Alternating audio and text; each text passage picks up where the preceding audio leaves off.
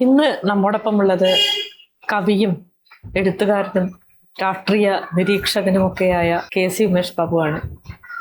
സ്നേഹത്തോടെ കേരള ഇൻസൈറ്റിലേക്ക് സ്വാഗതം ചെയ്യും. വളരെ പ്രധാനപ്പെട്ട ഒരു തെരഞ്ഞെടുപ്പ് കഴിഞ്ഞിട്ടുള്ള ഒരു അന്തരീക്ഷത്തിലാണ്. എങ്ങനെയാണ് കഴിഞ്ഞുപോയ ഒരു തെരഞ്ഞെടുപ്പിനെ, അതിന് വളരെ ചരിത്ര പ്രാധാന്യമുണ്ട്, എങ്ങനെയാണ് ഈ ഒരു തെരഞ്ഞെടുപ്പിനെ താങ്കൾ കാണുന്നത്? ഈ തെരഞ്ഞെടുപ്പ് വാസ്തവത്തില് ഞാൻ കഴിഞ്ഞ കുറെ കാലമായി സംസാരിച്ചുകൊണ്ടിരുന്ന ഒരു പ്രധാനപ്പെട്ട കാര്യം, ഒരു ഡെമോക്രസിക്കെതിരായിട്ട് സങ്കല്പിക്കുന്ന ഒരു അധികാര ഘടന അരിസ്റ്റോക്രസിയുടേതാണ്. അരിസ്റ്റോക്രാറ്റുകളുടെ ആധിപത്യം. ഇപ്പൊ കഴിഞ്ഞ 10 വർഷം കൊണ്ട് കേരളത്തിലെ ഡെമോക്രസിയെ അരിസ്റ്റോക്രസിയാക്കി മാറ്റി തീർത്ത ഒരു സർക്കാരായിരുന്നു കഴിഞ്ഞ 10 വർഷം കേരളം ഭരിച്ചിരുന്നത്. ശ്രീ പിണറായി വിജയൻ കേരളത്തിന് ചെയ്തു കൊടുത്തിട്ടുള്ള ഒരുപക്ഷെ ഏറ്റവും വലിയ തിന്മകളിലൊന്ന് ജനാധിപത്യം എന്ന് പറയുമ്പോൾ തീർച്ചയായിട്ടും അതിന്റെ പരിമിതികളെ കുറിച്ചൊക്കെ ഞാൻ വളരെ ബോധവാനാണ്. എന്ന് വെച്ചാൽ ബഹുകക്ഷി പാർലമെന്ററി ജനാധിപത്യം എന്ന് പറയുന്ന നമ്മുടെ നാട്ടിലെ വ്യവസ്ഥയെ തെരഞ്ഞെടുപ്പിൽ തന്നെയാണ് അദ്ദേഹം 2016 ജയിച്ച് അധികാരത്തിലെത്തുന്നത്. പക്ഷെ പിന്നീട് പതുക്കെ അതിനെ ഒരു അരിസ്റ്റോക്രസിയാക്കി മാറ്റി തീർക്കുകയാണ് അദ്ദേഹം ചെയ്തത്. അതുകൊണ്ടാണ് അദ്ദേഹം പിന്നീട് നടത്തിയിട്ടുള്ള എല്ലാ പ്രവർത്തനങ്ങളിലും അദ്ദേഹം വാസ്തവത്തിൽ കേരളത്തിലെ മുഴുവൻ ആളുകളെയും അഭിമുഖീകരിക്കാൻ ശ്രമിച്ചുകൊണ്ടിരുന്നത്. അദ്ദേഹത്തിന്റെ ഈ ഭരണത്തിന്റെ ഭാഗമായി നടത്തിയിട്ടുള്ള എല്ലാ PR എക്സസൈസുകളിലും അദ്ദേഹം പൗരപ്രമുഖന്മാർക്ക് വിരുന്ന് കൊടുക്കുക, അല്ലെങ്കിൽ അവരുടെ കൂടെ ഇരുന്ന് സംസാരിക്കുക തുടങ്ങിയിട്ടുള്ള കാര്യങ്ങളാണ് ചെയ്തിട്ടുള്ളത്. പൗരപ്രമുഖൻ എന്നുള്ളത് ജനാധിപത്യത്തിലെ ഒരു ഗണമേ അല്ല. ജനാധിപത്യത്തിൽ പൗരന്മാർ മാത്രമേ ഉള്ളൂ, പൗരപ്രമുഖരില്ല. കാരണം ഒരാൾക്ക് ഒരു വോട്ട് എന്നുള്ളതാണ് ബഹുകക്ഷി ജനാധിപത്യത്തിന്റെ അടിസ്ഥാന ഘടന എന്ന് പറയുന്നത്. അപ്പൊ അതുകൊണ്ട് പൗരരേ ഉള്ളൂ, പൗരപ്രമുഖരില്ല. അപ്പൊ പൗരപ്രമുഖർ എന്ന് പറഞ്ഞിട്ടൊരു ഗണം ഉണ്ടാക്കുക, അതുമായിട്ട് മാത്രം മുഖാമുഖം സംസാരിക്കുക. ഇതിന്റെ ഒരു വികസിത രൂപമായിട്ട് അദ്ദേഹം ലോക കേരള സഭ എന്ന് പറഞ്ഞ വേറൊരു സംവിധാനം, അതിന്റെ യോഗങ്ങൾ, ഞാൻ ആ കാലത്തെ പരസ്യമായിട്ട് എതിർത്തിട്ടുള്ള ഒരു കാര്യമാണ്. അതിന്റെ യോഗങ്ങളൊക്കെ നടത്തിക്കൊണ്ടിരുന്നത് നിയമസഭാ മന്ദിരത്തിനകത്ത് തന്നെയാണ്. അപ്പൊ ഇങ്ങനെ ലോക കേരള സഭ, ഈ ലോക കേരള സഭയിൽ ആരാ ഉള്ളതെന്ന് ചോദിച്ചു കഴിഞ്ഞാൽ NRIകളായിട്ടുള്ള കേരളത്തിന് പുറത്ത് ജീവിക്കുകയും പ്രമുഖരായി തീരുകയും ചെയ്ത, പ്രമുഖർ എന്ന് പറഞ്ഞാൽ പണക്കാരായി തീർന്ന, വ്യവസായികളായി തീർന്ന, മറ്റു പലതരത്തിൽ അധികാരികളായി തീർന്ന മനുഷ്യരെ മുഴുവൻ സംഘടിപ്പിച്ചിട്ട് ലോക കേരള സഭ എന്നൊരു സംവിധാനം ഉണ്ടാക്കുക, അതിന്റെ യോഗങ്ങൾ നടത്തുക, അതിനു വേണ്ടിയിട്ട് വലിയ കോടികളുടെ ചെലവുണ്ടാക്കുക. അതിന്റെ ഒരു ഘട്ടത്തിൽ ഈ പറയുന്ന പണക്കാര്, ഈ പറയുന്ന പ്രമാണിമാര്, പഴയ VS-ന്റെ ഭാഷ കടമെടുത്തു കഴിഞ്ഞാൽ ഈ പ്രമാണിമാര് അവരുടെ കാറുകൾക്ക് പുറത്ത് ലോക കേരള സഭാംഗം എന്ന ബോർഡ് വെച്ചിട്ട് സഞ്ചരിക്കുന്ന സാഹചര്യം വരെ വന്നു. അത് കേരളത്തിലെ പൊതുസമൂഹം, എനിക്ക് തോന്നുന്നു എനിക്കതിലൊരു പ്രധാനപ്പെട്ട റോൾ ഉണ്ടെന്നാണ്. കാരണം ഞാനാണ് പരസ്യമായിട്ട് ഒരു ഔപചാരിക ജനാധിപത്യത്തിനകത്ത് നിയമസഭയ്ക്ക് വെളിയിൽ ഒരു ലോക കേരള സഭ ഉണ്ടായിരിക്കാൻ പാടില്ലാത്തതാണെന്ന് പറഞ്ഞത്. കാരണം നിങ്ങൾക്ക് ഈ പറയുന്ന വ്യവസായികളുമായിട്ട് ചർച്ച ചെയ്യാം, NRIകളുമായിട്ട് ചർച്ച ചെയ്യാം, അവരെ പ്രത്യേക ആവശ്യങ്ങൾക്ക് വിളിച്ചു ചേർക്കാം. പക്ഷെ ഇങ്ങനെ ലോക കേരള സഭ എന്നും മറ്റും പറയുന്ന തരത്തിൽ ഒരു സവിശേഷമായ ഒരു പാർലമെന്ററി വ്യവസ്ഥക്ക് പുറത്തെ ഒരു തരത്തിലുള്ള ഘടനയൊന്നും സൃഷ്ടിക്കാനുള്ള ഒരു അവകാശവും ഇന്ത്യൻ ഭരണഘടന ശ്രീമാൻ പിണറായി വിജയനോ അദ്ദേഹത്തിന്റെ പാർട്ടിക്കോ ഗവൺമെന്റിനോ നൽകിയിട്ടില്ല. പക്ഷെ ഇതൊക്കെ ചെയ്തിട്ടുണ്ട്. അങ്ങനെയാണ് അദ്ദേഹത്തിന്റെ കുപ്രസിദ്ധമായിട്ടുള്ള ഈ പറയുന്ന കഴിഞ്ഞ മന്ത്രിസഭ, ഏറ്റവും ഒടുവിലുണ്ടായിരുന്ന മന്ത്രിസഭയിലെ മന്ത്രിമാര് മുഴുവൻ ഒരു ബസ്സിൽ കേരളം മുഴുവൻ സഞ്ചരിച്ച വളരെ വിചിത്രമായൊരു കാര്യവും കൂടി ഉണ്ടായിത്തീർന്നു. ആ ദിവസങ്ങളിലൊക്കെ അയാൾ കണ്ടുകൊണ്ടിരുന്നത്, ഈ മന്ത്രിസഭ ഒന്നടങ്കം കണ്ടുകൊണ്ടിരുന്നത് ഈ പൗരപ്രമുഖന്മാർ എന്ന് പറയുന്ന ആളുകളെയാണ്. അപ്പോ അതുകൊണ്ടാണ് പിണറായി വിജയന്റെ ഈ പറയുന്ന പെരുമാറ്റത്തിലൊക്കെ ഈ വലിയ വൈകല്യങ്ങൾ, അദ്ദേഹം മൈക്കിനോട് കലഹിക്കുന്നത്, അവതാരകന്മാരോട് കലഹിക്കുന്നത്, ഈ പറയുന്ന ഫോട്ടോ എടുക്കാൻ വേണ്ടി ഒന്നിച്ച് ഫോട്ടോ എടുക്കാൻ ചെല്ലുന്ന നിഷ്കളങ്കരായ മനുഷ്യരോട് അപമര്യാദയായി പെരുമാറുന്നത്, ഈ വ്യക്തി വിശേഷങ്ങളൊക്കെ ശ്രീമാൻ പിണറായി വിജയൻ ആർജിച്ചത് താനൊരു അരിസ്റ്റോക്രാറ്റ് ആണ് എന്ന ബോധത്തിൽ നിന്നാണ്. അങ്ങനെ ഒരു അരിസ്റ്റോക്രസിക്കെതിരായിട്ട് നടന്നിട്ടുള്ള ഒരു ജനാധിപത്യ പോരാട്ടമാണ് കഴിഞ്ഞ തെരഞ്ഞെടുപ്പിനും ഒരുപക്ഷെ അതിനു മുമ്പുള്ള കാലത്ത് നമ്മുടെ സിവിൽ സൊസൈറ്റിയിൽ നടന്നുകൊണ്ടിരുന്നത്. അരിസ്റ്റോക്രസിക്കെതിരായിട്ടുള്ള പോരാട്ടം കേരളത്തിലെ പ്രതിപക്ഷ പാർട്ടി, പ്രത്യേകിച്ചും യൂത്ത് കോൺഗ്രസിന്റെ പ്രവർത്തകന്മാർ കേരളത്തിലുടനീളം ഈ നവകേരള ബസിന്റെ യാത്രയ്ക്ക് പ്രതിഷേധം രേഖപ്പെടുത്തിയപ്പോൾ മർദ്ദനമേറ്റു വാങ്ങിയ ചെറുപ്പക്കാരൊക്കെ ഈ പ്രവർത്തനത്തിൽ ധാരാളമായ പങ്ക് വഹിച്ചിട്ടുണ്ട്. ഈ അരിസ്റ്റോക്രസി പ്രവർത്തിക്കുമ്പോഴാണ് ഈ പറയുന്ന ഈ മനുഷ്യന് കറുപ്പിനോട് വലിയ വിരോധമായിരുന്നു. കറുത്ത കൊടി അയാൾക്ക് കാണാൻ പറ്റില്ല. കറുത്ത അതെവിടെ എത്തിയെന്ന് ചോദിച്ചാൽ കറുത്ത ടീഷർട്ട് ഇട്ടിട്ട് അല്ലെങ്കിൽ കറുത്ത ഷർട്ട് ഇട്ടിട്ട് ഇങ്ങനെ പങ്കെടുക്കുന്ന പരിപാടികളിൽ ശ്രോതാക്കളും കാഴ്ചക്കാരും എത്തിച്ചേരുന്നതിന് വരെ പോലീസിനെ ഉപയോഗിച്ച് തടയുന്ന ഒരു അവസ്ഥയിലേക്ക് മാനിയാക്കൽ ആയിട്ടുള്ള ഒരു അവസ്ഥ എന്നാ പറയാ. അത് മനോരോഗം സൂചിപ്പിക്കുന്ന ഒരു സംഗതിയാണ്, വേറൊന്നുമല്ല. മാനിയാക്കൽ ആയിട്ടുള്ള അവസ്ഥയാണ്. കറുപ്പ് എവിടെയും കാണാൻ പറ്റില്ല. ഞാൻ പോകുന്ന വഴിയെ കറുപ്പ് കാണാൻ പറ്റില്ല, ഞാൻ സംസാരിക്കാൻ നിൽക്കുന്ന സ്ഥലത്ത് കറുപ്പ് കാണാൻ പറ്റില്ല എന്ന് പറയുന്നത് തീർച്ചയായിട്ടും മനോരോഗത്തിന്റെ പരിധിയിൽ വരുന്ന ഒരു കാര്യമാണ്. അപ്പൊ ഇതൊക്കെ ഈ മനുഷ്യൻ ചെയ്തിട്ടുണ്ട്. ഇതൊക്കെ ചെയ്തത് താൻ ഒരു വലിയ അരിസ്റ്റോക്രാറ്റ് ആണെന്ന് വിചാരിച്ചിട്ടാണ്. അദ്ദേഹം ഇപ്പോഴും താഴെ ഇറങ്ങിയിട്ടുണ്ട്, എന്നാലും പൂർണ്ണമായും താഴെ ഇറങ്ങിയെന്ന് എനിക്ക് അറിഞ്ഞുകൂടാ. പക്ഷേ അദ്ദേഹത്തെ ഈ അരിസ്റ്റോക്രസിയെ തോൽപ്പിക്കാൻ ഒരു വലിയ പോരാട്ടം നടന്നു എന്നുള്ളതാണ്. ആ പോരാട്ടത്തിൽ കേരളത്തിലെ ഒരു വിഭാഗത്തിന്റെ പങ്കിനെ കുറിച്ച് എനിക്ക് പ്രത്യേകിച്ച് എടുത്തു പറയാനുണ്ട്. അത് ഒരു പങ്കാളിത്തം ഇല്ലാത്തൊരു വിഭാഗം ഉണ്ടായിരുന്നു. കേരളത്തിലെ ഇടതുപക്ഷത്തോട് ചേർന്ന് നിൽക്കുന്നവർ എന്ന് കരുതപ്പെടുന്ന ബുദ്ധിജീവികൾ, ഒരുപക്ഷെ സ്വതന്ത്രരെന്ന്, ഞാൻ ചിലരുടെ പേര് പോലും പറഞ്ഞേക്കും, പക്ഷെ ഞാൻ അതിന് പുറപ്പെടുന്നില്ല. കമ്മ്യൂണിസത്തെ രക്ഷിക്കാനെന്ന പേരിൽ കമ്മ്യൂണിസ്റ്റ് പാർട്ടികളെ നിലനിർത്തണമെന്നും മറ്റുള്ള പേരിൽ ഈ പറയുന്ന വലിയ യൂണിവേഴ്സിറ്റി പ്രൊഫസർമാർ, ബുദ്ധിജീവികൾ, വലിയ ആളുകൾ എന്നൊക്കെ പറയുന്ന ആളുകൾ പോലും കേരളത്തിൽ നടക്കുന്നത് ഒരു ജനാധിപത്യ ഭരണമല്ല, ഒരു ഇടതുപക്ഷ ഭരണമല്ല, ഇടതുപക്ഷ പാർട്ടിയുടെ ഭരണമല്ല, ഒരു അരിസ്റ്റോക്രസിയാണ് എന്ന് കണ്ടില്ല. അത് വളരെ വിചിത്രമാണ്. ചിലരൊക്കെ പിന്നീട് തെരഞ്ഞെടുപ്പ് തൊട്ടു മുമ്പിൽ വന്ന് പറഞ്ഞത് തുടർ ഭരണം മോശമാണ്, അതുകൊണ്ട് തുടർ ഭരണം കൊടുക്കാൻ പാടില്ല എന്നാണ്. തുടർ ഭരണം മോശമാകണമെന്നില്ല. അങ്ങനെയാണെങ്കിൽ ക്യൂബയിലൊക്കെ തുടർ ഭരണമാണല്ലോ, അല്ലെങ്കിൽ ചൈനയിൽ തുടർ ഭരണമാണ്, വിയറ്റ്നാമിൽ തുടർ ഭരണമാണ്. അതാണ് നമ്മുടെ വലിയ ബുദ്ധിജീവികളും വലിയ എഴുത്തുകാരും വലിയ പണ്ഡിതന്മാരും പലപ്പോഴും അവര് പൊതുജനങ്ങൾക്ക് മുമ്പിൽ വയ്ക്കുന്ന, പൊതുജനങ്ങൾ ഒന്നടങ്കം തൊണ്ട തൊടാതെ വിഴുങ്ങുന്ന പല യുക്തികളും അസംബന്ധങ്ങളാണെന്ന് നമുക്ക് കേരളത്തിൽ പറയാൻ പറ്റില്ല. കാരണം അങ്ങനെ കേരളത്തിൽ പറയുന്നത് വളരെ ബുദ്ധിമുട്ടാണ്. കാരണം അതൊന്നും കേരളത്തിന് ദഹിക്കുകയില്ല. അത് പ്രശ്നമാണ്. തുടർ ഭരണമല്ല പ്രശ്നം. തുടർ ഭരണം പ്രശ്നമല്ല എന്നുള്ളതിന്റെ തെളിവ് വിയറ്റ്നാം എടുക്കുക നിങ്ങൾ. വിയറ്റ്നാമിൽ തുടർ ഭരണം പ്രശ്നമായി എന്ന് നമ്മുടെ അറിവിലില്ല. തുടർ ഭരണമാണ് അവിടെ. പല നാടുകളിലും തുടർ ഭരണമുണ്ട്. പക്ഷേ തുടർ ഭരണമല്ല പ്രശ്നമായി തീരാൻ പോയിരുന്ന ഒരുപക്ഷെ മലയാളികളുടെ ഭാവിക്ക് മുമ്പിൽ വലിയ ഭീകരമായ ഒരു ചോദ്യചിഹ്നമായി വന്നത് പിണറായി വിജയനും CPM-നും തുടർ ഭരണം ലഭിക്കുക എന്നുള്ളതല്ല. പിണറായി വിജയനും CPM-നും കേരളത്തിലെ മനുഷ്യർക്ക് മേൽ 10 വർഷങ്ങളായി നടത്തിക്കൊണ്ടിരുന്ന അരിസ്റ്റോക്രസി തോൽപ്പിക്കപ്പെടണം എന്നതാണ് വാസ്തവത്തിൽ മലയാളികളിലെ വളരെ ഭൂരിപക്ഷ വിഭാഗവും ആഗ്രഹിച്ച പ്രധാനപ്പെട്ട കാര്യം. പക്ഷെ നമ്മുടെ ഇക്കണ്ട ബുദ്ധിജീവികളൊന്നും അവിടെ എത്തുന്നുണ്ടായിരുന്നില്ല. അവർ തുടർ ഭരണം ഉണ്ടായാൽ ഈ പാർട്ടി മോശമായി പോകും എന്നും മറ്റോ പറഞ്ഞൂടാ. ഭരിക്കുമ്പോ മോശമായ, അതാണ് 10 വർഷം ഭരിച്ചുകൊണ്ടിരിക്കുമ്പോൾ ഇത്ര മോശമായ ഒരു പാർട്ടി പിന്നെ ഒരു 5 വർഷം കൂടി ഭരിച്ചു കഴിഞ്ഞാൽ മോശമായി പോകും എന്ന് പറയുന്നതിന്റെ ഒക്കെ യുക്തി എന്താണ്? ഇപ്പോൾ പോലും തെരഞ്ഞെടുപ്പ് പരാജയത്തിന് ശേഷം പോലും കേരളത്തിലെ വലിയ ചില പ്രൊഫസർമാരെന്നും മറ്റും പറയുന്ന ആളുകൾ എഴുതിക്കൊണ്ടിരിക്കുന്ന വലിയ അവലോകനങ്ങളൊക്കെ കാണുമ്പോൾ ചിരിക്കുന്ന ഒരാളാണ് ഞാൻ. കാരണം അവരൊക്കെ മാർക്സിസ്റ്റുകാരാണെന്നാണ് വെപ്പ്. പക്ഷേ മാർക്സ് പറഞ്ഞിട്ടുള്ള യാഥാർത്ഥ്യ ബോധം എന്ന് പറയുന്ന കാര്യം അവരെ തൊട്ടു തീണ്ടിയിട്ടില്ല. പക്ഷേ കേരളത്തിന്റെ ഒരു വലിയ സവിശേഷതയായിട്ട് ഞാൻ കഴിഞ്ഞ കുറേ വർഷങ്ങൾ വളരെ വളരെ വളരെ ശ്രദ്ധിച്ച് നിരീക്ഷിച്ച ഒരു കാര്യം എന്താ ചോദിച്ചു കഴിഞ്ഞാല്, നമ്മൾ പലപ്പോഴും പറയുന്ന ഒരു ആശയമുണ്ട്, കേരളത്തിലെ മനുഷ്യർക്കകത്ത് വലിയ തോതിൽ അരാഷ്ട്രീയതയുണ്ടെന്ന്. ഒരുപക്ഷെ മലയാളിയുടെ വ്യക്തി ജീവിതത്തിനകത്ത് മലയാളികളുടെ, നമുക്ക് അറിയാം 3 കോടിയിൽ പരം വരുന്ന മലയാളികളുടെ വ്യക്തി ജീവിതത്തിനകത്ത് വലിയ തോതിലുള്ള അരാഷ്ട്രീയത ഉണ്ടായിട്ടുണ്ട്. അതിന്റെ ഭാഗമായിട്ടുള്ള പുനരുദ്ധാരണ പ്രവണതകൾ ഉണ്ടായിട്ടുണ്ട്.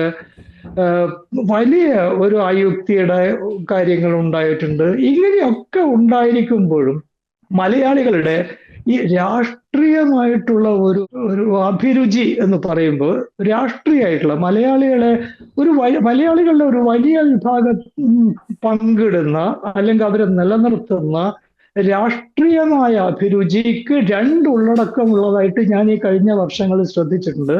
അത് അടിസ്ഥാനപരമായി ഇടത് സ്വഭാവം സൂക്ഷിക്കുന്നുണ്ട്. അതോടൊപ്പം അത് ജനാധിപത്യപരമായ പരിഗണനകളെ വളരെ ആഴത്തിൽ കാണുന്നുണ്ട്. അത് വലിയ കാര്യമാണ്. ജനാധിപത്യത്തിന്റെ കാര്യത്തിൽ ഒരു തരത്തിലുള്ള ഒത്തുതീർപ്പിന് സന്നദ്ധമല്ല എന്നുണ്ട്.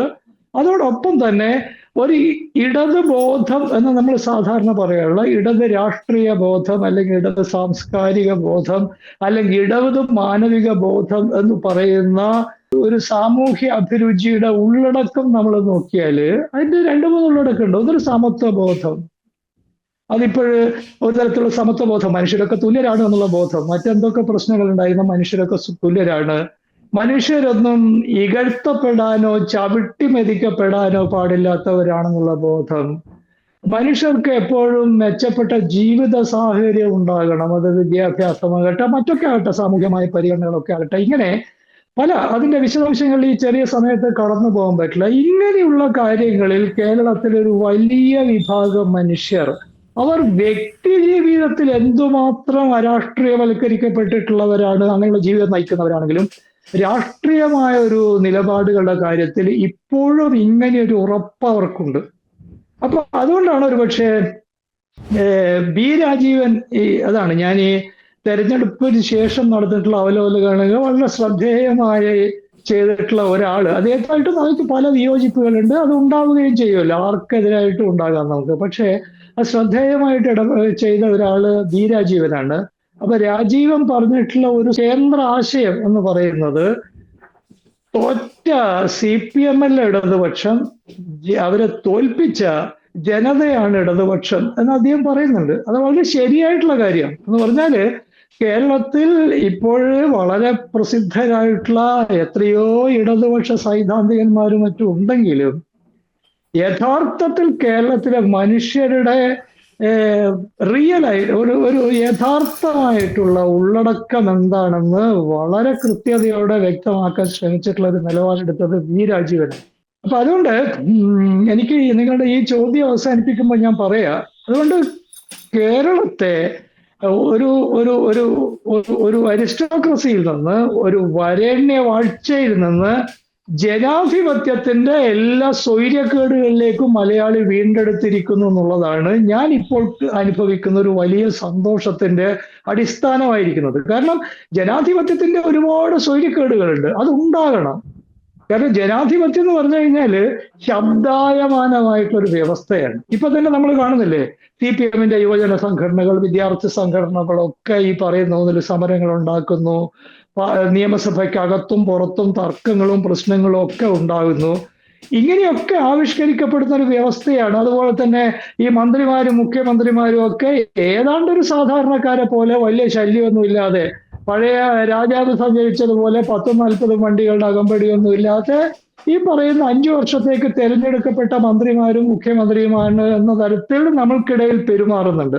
അപ്പൊ അതുകൊണ്ട് ഒരു അരിസ്റ്റോക്രസിയെ തോൽപ്പിച്ചിട്ട്, ഒരു വരേണ്യ വാഴ്ചയെ, ഒരു പ്രഭുവാഴ്ചയെ തോൽപ്പിച്ചിട്ട് മലയാളികൾ അവർക്ക് മുമ്പുണേ ഉണ്ടായിരുന്ന ഒരുപക്ഷെ 57 മുതൽ എല്ലാ പ്രതിസന്ധികൾക്ക് നടുവിലും മലയാളി നിലനിർത്താൻ ശ്രമിച്ചിട്ടുള്ള നമ്മുടെ ഭരണഘടന അനുസരിച്ചുള്ള ഒരു ഔപചാരികമായ ജനാധിപത്യം നമ്മൾ വീണ്ടെടുത്തിരിക്കുന്നു എന്നുള്ളതാണ് ഇത്തവണ നടന്ന തെരഞ്ഞെടുപ്പിന്റെ ഏറ്റവും വലിയ കാര്യമായിട്ട് ഞാൻ കാണുന്നത്. ഈ പുതിയ സർക്കാർ, അതായത് VD സതീശന്റെ നേതൃത്വത്തിലൊരു സർക്കാർ ഇപ്പോൾ അധികാരത്തിൽ വന്നിട്ടുണ്ട്. 1 മാസം ആവുന്നേ ഉള്ളൂ. നമുക്കൊരു വിലയിരുത്താനുള്ള സമയമൊന്നും ആയിട്ടില്ല. പഴയ സർക്കാരിന്റെ തുടർച്ചയാണ് പല കാര്യങ്ങളിലും. നമ്മൾ കേട്ടുകൊണ്ടിരിക്കുന്ന ഒരു പ്രധാന കാര്യം, നമ്മുടെ തീരദേശം പൂർണ്ണമായിട്ട് അദാനിക്ക് വേണ്ടി തീരെഴുതി കഴിഞ്ഞു എന്നുള്ളതാണ്. മറ്റൊന്ന്, 2ാം ഭൂപരിഷ്കരണത്തിനുള്ള തീരുമാനം എടുത്തിട്ടുണ്ട് എന്നുള്ളതാണ്. 2ാം ഭൂപരിഷ്കരണം എന്ന് പറയുമ്പോൾ നമ്മൾ വിചാരിക്കുന്ന പോലെ ഈ ഭൂമി ഇല്ലാത്ത മനുഷ്യർക്ക്, ആദിവാസികൾക്കും ദലിതർക്കൊന്നും ഭൂമി വിതരണം ചെയ്യാൻ വേണ്ടിയിട്ടുള്ള തീരുമാനം അങ്ങനത്തെ കാര്യങ്ങളല്ല.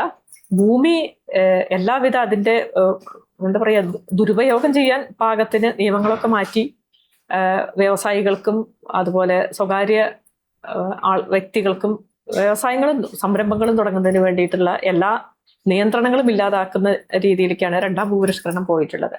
പിന്നെ വേറൊരു കാര്യം, ഇപ്പോൾ അടുത്ത് വന്നുകൊണ്ടിരിക്കുന്ന ഒരു കാര്യം എന്താ വെച്ചാൽ, കഴിഞ്ഞ ദിവസങ്ങളിൽ കേട്ടുകൊണ്ടിരിക്കുന്ന ഒരു കാര്യം, പുതിയ ഒരു മദ്യനയം ആണ്.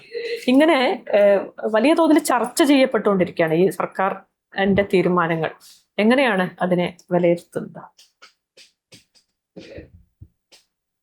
അല്ല, ഒരു കാര്യമുള്ളത്, നമ്മുടെ ഈ വി ഡി സതീശൻ മുഖ്യമന്ത്രി അതിന്റെ പുറകിൽ ഒരു പ്രക്രിയ നമ്മൾ കണ്ടിട്ടുള്ളതാണ്. അപ്പൊ അതിന്റെ പുറത്ത് കൈയടിക്കുന്ന നിരവധി ഈ പറയുന്ന നമ്മുടെ നാട്ടിലെ ബുദ്ധിജീവികളൊക്കെ ആയിട്ടുള്ള ആളുകളുണ്ട്. ഈ പറയുന്ന സിവിൽ സൊസൈറ്റി ആക്ടിവിസ്റ്റുകളും മറ്റുമായിട്ടുള്ള ആളുകളുണ്ട്. ഞാൻ അതിലൊന്നും പെടുന്ന ഒരാളല്ല. അങ്ങനെ ഒരാളെ സ്തുതിച്ചുകൊണ്ട് കേരളത്തിന്റെ പ്രശ്നങ്ങൾ പരിഹരിക്കാൻ പറ്റുമെന്ന് ഞാൻ കരുതുന്നേ ഇല്ല. ഒരാൾക്ക് കാരണം എന്തുകൊണ്ടാന്ന് ചോദിച്ചു കഴിഞ്ഞാല് കേരളം വളരെ ശക്തമായ തരത്തിലുള്ള ഒരു നവ ലിബറൽ വ്യവസ്ഥയായി മാറിക്കഴിഞ്ഞിട്ടുണ്ട്. ഈ നവ ലിബറൽ വ്യവസ്ഥയില് പുതിയ സ്വകാര്യ മൂലധനം, പ്രത്യേകിച്ച് കുത്തക മൂലധനം അങ്ങേയറ്റത്തെ പിടിമുറുക്കം നടത്തിയിട്ടുണ്ട് കേരളത്തില്. അതുകൊണ്ടാണ് എന്നോട് ചോദിക്കുകയാണെങ്കിൽ ഇത് പുതിയ സർക്കാർ എന്നും മറ്റും പറയുന്നതിൽ ഒരു കഥയില്ല. പുതിയ സർക്കാരേ ഇല്ല. സർക്കാർ ഈ കഴിഞ്ഞ LDF സർക്കാരിന്റെ ഒരു തുടർച്ച തന്നെയാണ്. പുതിയ ഒരു സർക്കാർ എന്ന് പറയണമെങ്കിൽ ആ സർക്കാരിന് അങ്ങനെ ഒരു വിഷൻ എന്ന് പറഞ്ഞു കഴിഞ്ഞാൽ അങ്ങനെ ഒരു പരിപ്രേക്ഷ്യം, ഒരു സാമൂഹ്യ പരിപ്രേക്ഷ്യം വേണം. നമുക്കിപ്പോ ശ്രീമാൻ രാഹുൽ ഗാന്ധി എന്ന് പറയുന്ന കോൺഗ്രസ് നേതാവ്, അദ്ദേഹം ഇന്ത്യയിൽ ഉടനീളം നടന്നു പറയുന്ന ഒരു പുതിയ സാമൂഹ്യ പരിപ്രേക്ഷ്യമുണ്ട്. ആ സാമൂഹ്യ പരിപ്രേക്ഷ്യം ആ നിലയിൽ പങ്കിടുന്ന ആളുകളാണ് കേരളത്തിലെ UDFനെ നയിക്കുന്നത് എന്ന് ഞാൻ ഇതുവരെയും മനസ്സിലാക്കിയിട്ടില്ല. അതാണ് കേരളത്തിലെ ടെലിവിഷൻ ചാനലുകളിലൊക്കെ വന്നിട്ട് VD സതീശനൊക്കെ ചേർന്നിട്ട് എന്തോ സംഭവിപ്പിക്കുമെന്ന് മറ്റും പറഞ്ഞു നടക്കുന്ന ആളുകൾക്ക് ഇത്തരം കാര്യങ്ങളിൽ വളരെ ഉപരിപ്ലവമായിട്ടാണ് കാര്യങ്ങളെ മനസ്സിലാക്കുന്നതെന്ന് കരുതുന്ന ഒരാളാണ് ഞാൻ. എന്തുകൊണ്ടാണ് ചോദിച്ചു കഴിഞ്ഞാൽ കേരളത്തിലെ, ഇപ്പം ഞാൻ പറയാം, കേരളത്തിലെ ഈ നവലിബറൽ സമൂഹത്തിന്റെ ഒരു പ്രധാനപ്പെട്ട ഈ പുത്തൻ കോർപ്പറേറ്റ് സ്വകാര്യ മൂലധന വിന്യാസത്തിന്റെ ഒരു പ്രധാനപ്പെട്ട ശക്തി ആരാണെന്ന് നോക്കൂ, അത് അദാനിയാണ്. അദാനിക്ക് എന്തെല്ലാം ഉണ്ട് കേരളത്തില്?